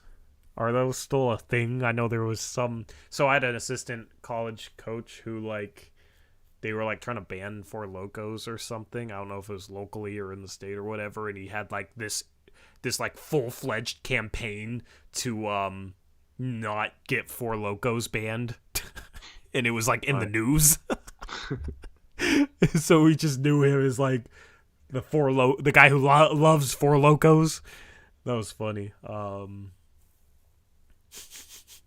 Appreciate you, Antoine. Yeah, appreciate chat making it fun, man. You got when we started the channel, we used to have a ton of people just trolling nonstop, and that was most of what chat was. And our post game shows was like half talking about basketball and half just absolutely screwing around. Now it's more of a full fledged show. We're almost at 10K subs, so hit that sub button, and if you have a friend that's a Blazer fan, show them the channel. Hopefully they'd like it. I don't know, but we're almost to 10K. It's a little different when you're almost to 10K than when you're at like 1 or 2K, Mm-hmm. So, yeah, we didn't get the time to just kind of relax and talk with chat as much this past off season, but I mean, we should have some great opportunities later on in the season if we're tanking. Ben Darling. That's a name I haven't seen in a while. What's up, Ben? Yeah, speaking of old times, man. What's up, Ben? Yeah, there's regulars that I always just, if they're watching and don't comment and you're somebody whose name I might know, just leave a comment, because there's a lot of regulars out there that I feel like I haven't seen in a while, and I recognize a ton of names. So, and some of you, I even know your YouTube name and your Twitter name, and that you're the same person, even though your YouTube and Twitter names are different. So, I try my best to know, like, oh, there's Joey. What's up, Joey? Says, who's been better so far, Nurk or DA? I think Nurk is better for what the Suns are trying to do. DA's rebound the ball well. Like, I don't. They've both been okay. The thing is like the context for them being good is different, so it's hard to compare them, if that makes sense. Like, what Nurk needs to be good at is a little bit different than what DA needs to be good at. Mm-hmm. So, not to completely just like back out of your question, Joey, but I don't think one's been like noticeably better than the other. Since we're back talking about basketball, Isaac was wondering if you'd still want to trade for OG. I mean, I wanted to trade for OG to keep Dame. I did not want to trade for OG. Like, people want to trade Dame for OG and a pick. Aren't we glad we didn't trade Dame for OG and a pick, and we're having to worry about, like, getting him to re-sign to this team? Yeah. Like, we wouldn't have had Robert Williams. We wouldn't have had Malcolm Brogdon. And we were worried about losing OG for nothing. Like, we wouldn't be any better with OG instead of Robert Williams and Malcolm Brogdon right now, I don't think. Like, maybe a little bit, but not enough to get him to stay. I want to find, like, the next OGs. Like, I don't really want to trade for guys who are established and you have to pay next offseason. Well, or worry about not paying or whatever. Uh-huh. Yeah, exactly. Well, we have the next OG. It's Tamani Kamara. Nice. He defensively, I think he can be a really good defensive player. Like, I have faith in his defense, man. I think he can, become a... Like, people will scoff at, like, prime Mo Harkless when he was with the Blazers, but he was a starter on a team that made the conference finals. Like, he was the starter on a good team. Like, I think Tomani can be similar to that. Hopefully a little bit better. Tyler asks, is it possible to trade Tease, Jeremy, Brogdon, and Time Lord by the deadline? Absolutely. Yeah, we can trade everyone around the deadline. There's dates where they become tradable or, like, combinable with other salary. Whether they will or not is a different question. Yeah, like, we'll have a bunch of stuff talking about that. Kind of can't wait to get into trade season. Normally, I'm like, we're not talking trades until 20 games into the season because, like, day 1, game 2, game 3, we're talking about, people in chat are talking about trades, but I haven't seen a single person really bring up a trade so far this year. This is the one year I'm looking forward to it. I mean, it's pretty obvious, though, that, like, who needs to be traded. And yeah. I mean, there's a couple guys, like Time Lord, I think you can make the argument either way, but Grant, Thibault, Brogdon, I think at some point you do need to trade him. Yeah, I agree. I mean, I guess if we're magically winning a bunch of games, and hovering around 500. Maybe they'll probably keep one or all of them, but yeah. I want to trade Grant. I want to trade Brogdon. I don't care to keep Thibault. So, I want to trade Thibault because I don't care to keep him. I'm cool with keeping Robert Williams. The thing is I feel like people are going to expect back a little too much for Jeremy Grant. I'm just hopeful we can get a single first-round pick back for him. I think we will be able to, but there's people out there that think we can get an unprotected pick from the Clippers for him in 2028, and it's that is way too optimistic. I don't know. You could get him into a bidding war, and they have expiring contracts, so the value of the players coming back aren't great. If he'd be a good fit there too. If he was on a cheaper contract, yes. But they don't care about contract, right? I mean, I think everybody at some point will care about the super tax. Yeah. I mean, that's the thing I just don't think Portland will. I mean, Eric, we traded Norm and didn't have much leverage because his contract wasn't that good. And it's Jeremy's better than Norm, but he's making $14 million more a year than Norm. Is he that much better than Norm? Yeah, I don't know. So and we attached Rocco to Norm, sent him to the Clippers, ironically enough, and didn't get back anything. So, a first, sure, unprotected. I just don't think that Cronin will have quote unquote enough leverage to fetch an unprotected first. It is forward versus a small scoring guard, though. They're just worth more in trades. Which is why I think they could get a first, but not an unprotected first. I don't know, Miami for Lowry in a first, if we're talking non drama between Miami and Portland. So that's probably not. But I don't know. They gave up 2 firsts for Dragic back in the day.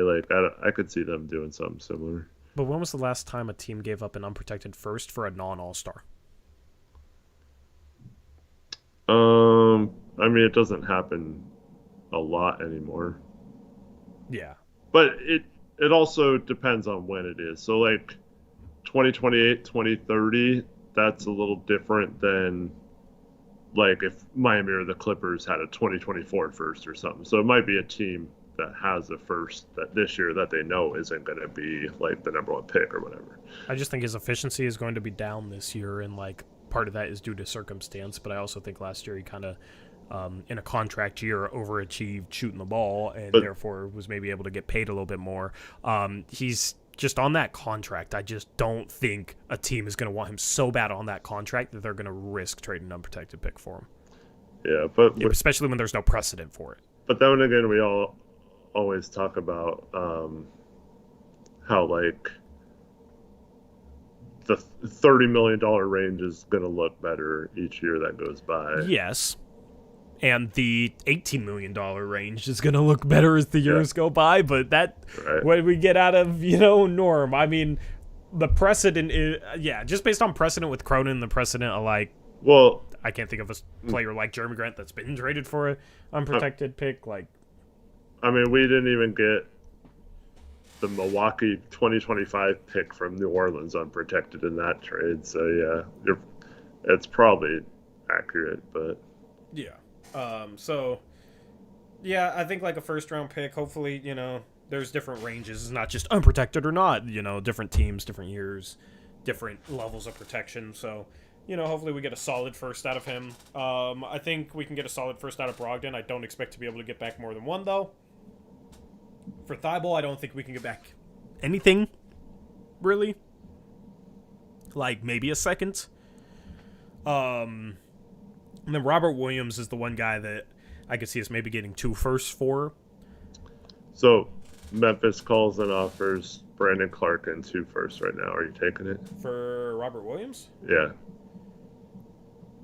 It depends on the quality of the first, because I don't know if Brandon Clark is a contract that I want coming off his injury. Yeah. Well, that's why you're getting it. But I mean, assuming they're solid firsts, probably, yeah. Probably. I could see OKC making a play for Robert Williams III. I think he next to Chet would be phenomenal. Mm-hmm. So like you can keep Robert Williams. The thing is just like the concern I have with him is when do the injuries start affecting his athleticism? Because once it does, he's probably not going to be the defender that he is, and then he's probably not going to be worth a ton because it's not like he's offensively skilled. Mm-hmm. And the thing is like, yeah, he's younger, but he's had a lot of knee injuries, leg injuries, and those catch up to you. The more of them you have, the more it seems to catch up to you earlier on in your career. Mm-hmm. So for him, like, I'd rather cash in on him, like, earlier while he still has value before he, like, starts to defensively decline. And in the first 3 games, like, he has struggled. Like, I don't think he's been that good defensively. So I don't think that's necessarily due to any athletic decline, though. I think it's more so just, like, this team has been a mess, and he doesn't really know what to do to help out defensively. Like, he's just been out of position a lot, in my opinion. He's made some plays, for sure, but just, like, the solid possession in, possession out stuff, like, I think if guys around him were playing like they played defense today, he would look good. I don't know how much longevity he has, and with Ayton, too, it's not like he's starting. Yeah. Well, I think you also have to keep in mind that he didn't play all the preseason and stuff, so this, like, the first game of the season was his absolutely. first game. Yeah, absolutely. So, like, that's why I'm not worried that necessarily yet that he's declining or anything, but, you know, he hasn't. That being said, he hasn't looked great defensively the first few games. Yeah. So, you know, like, if you get 2 firsts, I think you move off of them. If you get 1, like, you could, or you could keep them. I just think, like, right now, for Thibault, Grant, Brogdon, and Robert Williams, you're going to get 3 to 4 firsts. Mm-hmm. You need to get at least 3, and I have a hard time seeing them get more than 4. Yeah. So I had a trade idea where basically they got 3 firsts and like a second back for those 4, and Blazer fans were mad at me like, there's nowhere near enough. Like, what do you expect to be able to get out of these guys at the deadline? 6 firsts, 7 firsts? It's not going to happen. Yeah. So. Anyway.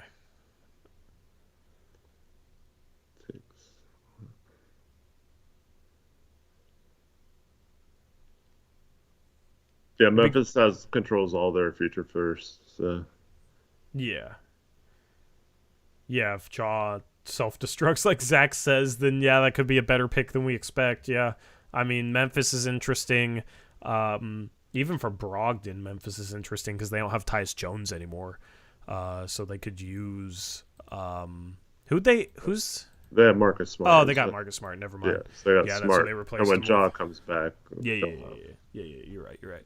Forgot about Marcus Smart, another former Celtic guard. So, but they're interesting for Robert Williams. They're interesting maybe for Jeremy Grant, given some of their big injuries, and they could use more shooting, more scoring, punch. So that's a team to watch. OKC's a team to watch. For like Robert Williams especially, I think, because they have a bunch of picks, and I think him next to Chet is a really good fit between those two. So, yeah. Anyway, we'll talk about trades once we get there, though. Before we sign off, thank you to BetUS for sponsoring this post-game stream. Use the link in the pinned comment or in the description, and you get a 125% bonus. We're doing picks against the spread, so if you want to join us in picking games, you can do so through BetUS, but they also have live betting, parlays, casino games, all sorts of fun stuff for you guys to get in on the action with. If you do so, definitely use that link. Definitely get that bonus. Definitely help us out. Thank you to BetUS for sponsoring the channel as always. And we'll be live again on Wednesday. And videos tomorrow. So looking forward to it. And Paul Reed's first episode of his show is planned to drop on Wednesday, so I'm helping produce that. Paul Reed with RB, Philly Take with RB, big time Sixers YouTuber. I'm helping produce content for that show, and other YouTubers as well. Like I'm kind of branching out and making my talents useful elsewhere too. So that's fun. I'll tweet it out when it drops. But if you want to go subscribe to the YouTube channel that is going to be posted on for some of the athlete shows that I will have a part in producing. Right now we have one athlete show, but we're definitely looking at adding others. You can go to Hog Media Sports. There is a link in the description box below, and I will also post it in the chat if you guys want to go subscribe so you don't miss that. I got tweeted a picture of their setup, and it was cool looking setup. The Paul Reed, Sam Dooley says, yeah. Yes, the Paul Reed. Paul Reed from the... There was a reason in our watch party, if you were there, we were calling him Hog Media Legend. Hog Media Legend Paul Reed. Okay, let me grab the link. I did not have the link ready like I thought. Okay. Here you go. Here you go, chat. Posting it in the chat. There you go. Well, thank you everyone for watching. Hope everyone has a wonderful Halloween tomorrow. If you are young enough to go out trick-or-treating or have kids and are going out trick-or-treating, stay safe. I hope you all have a good holiday. Yeah. NBA Uprise dropping. I've talked to somebody who could edit for me. I just, want to finish setting stuff up for the Blazers stuff before I get into that. But yeah, hopefully you guys have a good Halloween if you celebrate. And we'll be back in November, on November 1st. Can't believe it's almost November. Season's here. The Blazers get their first win of this season as they beat the Raptors 99-91. Oh, before you go, can I ask you about something real quick? Yes, go ahead. And I want chat's input too. Did you see the courts for the play or the? Yeah, I mean it's 4 games, like whatever. I'm cool with it. I think it's kind of fun. Yeah. Yeah. Just have it be like crazy like that. Yeah. Also, breaking news.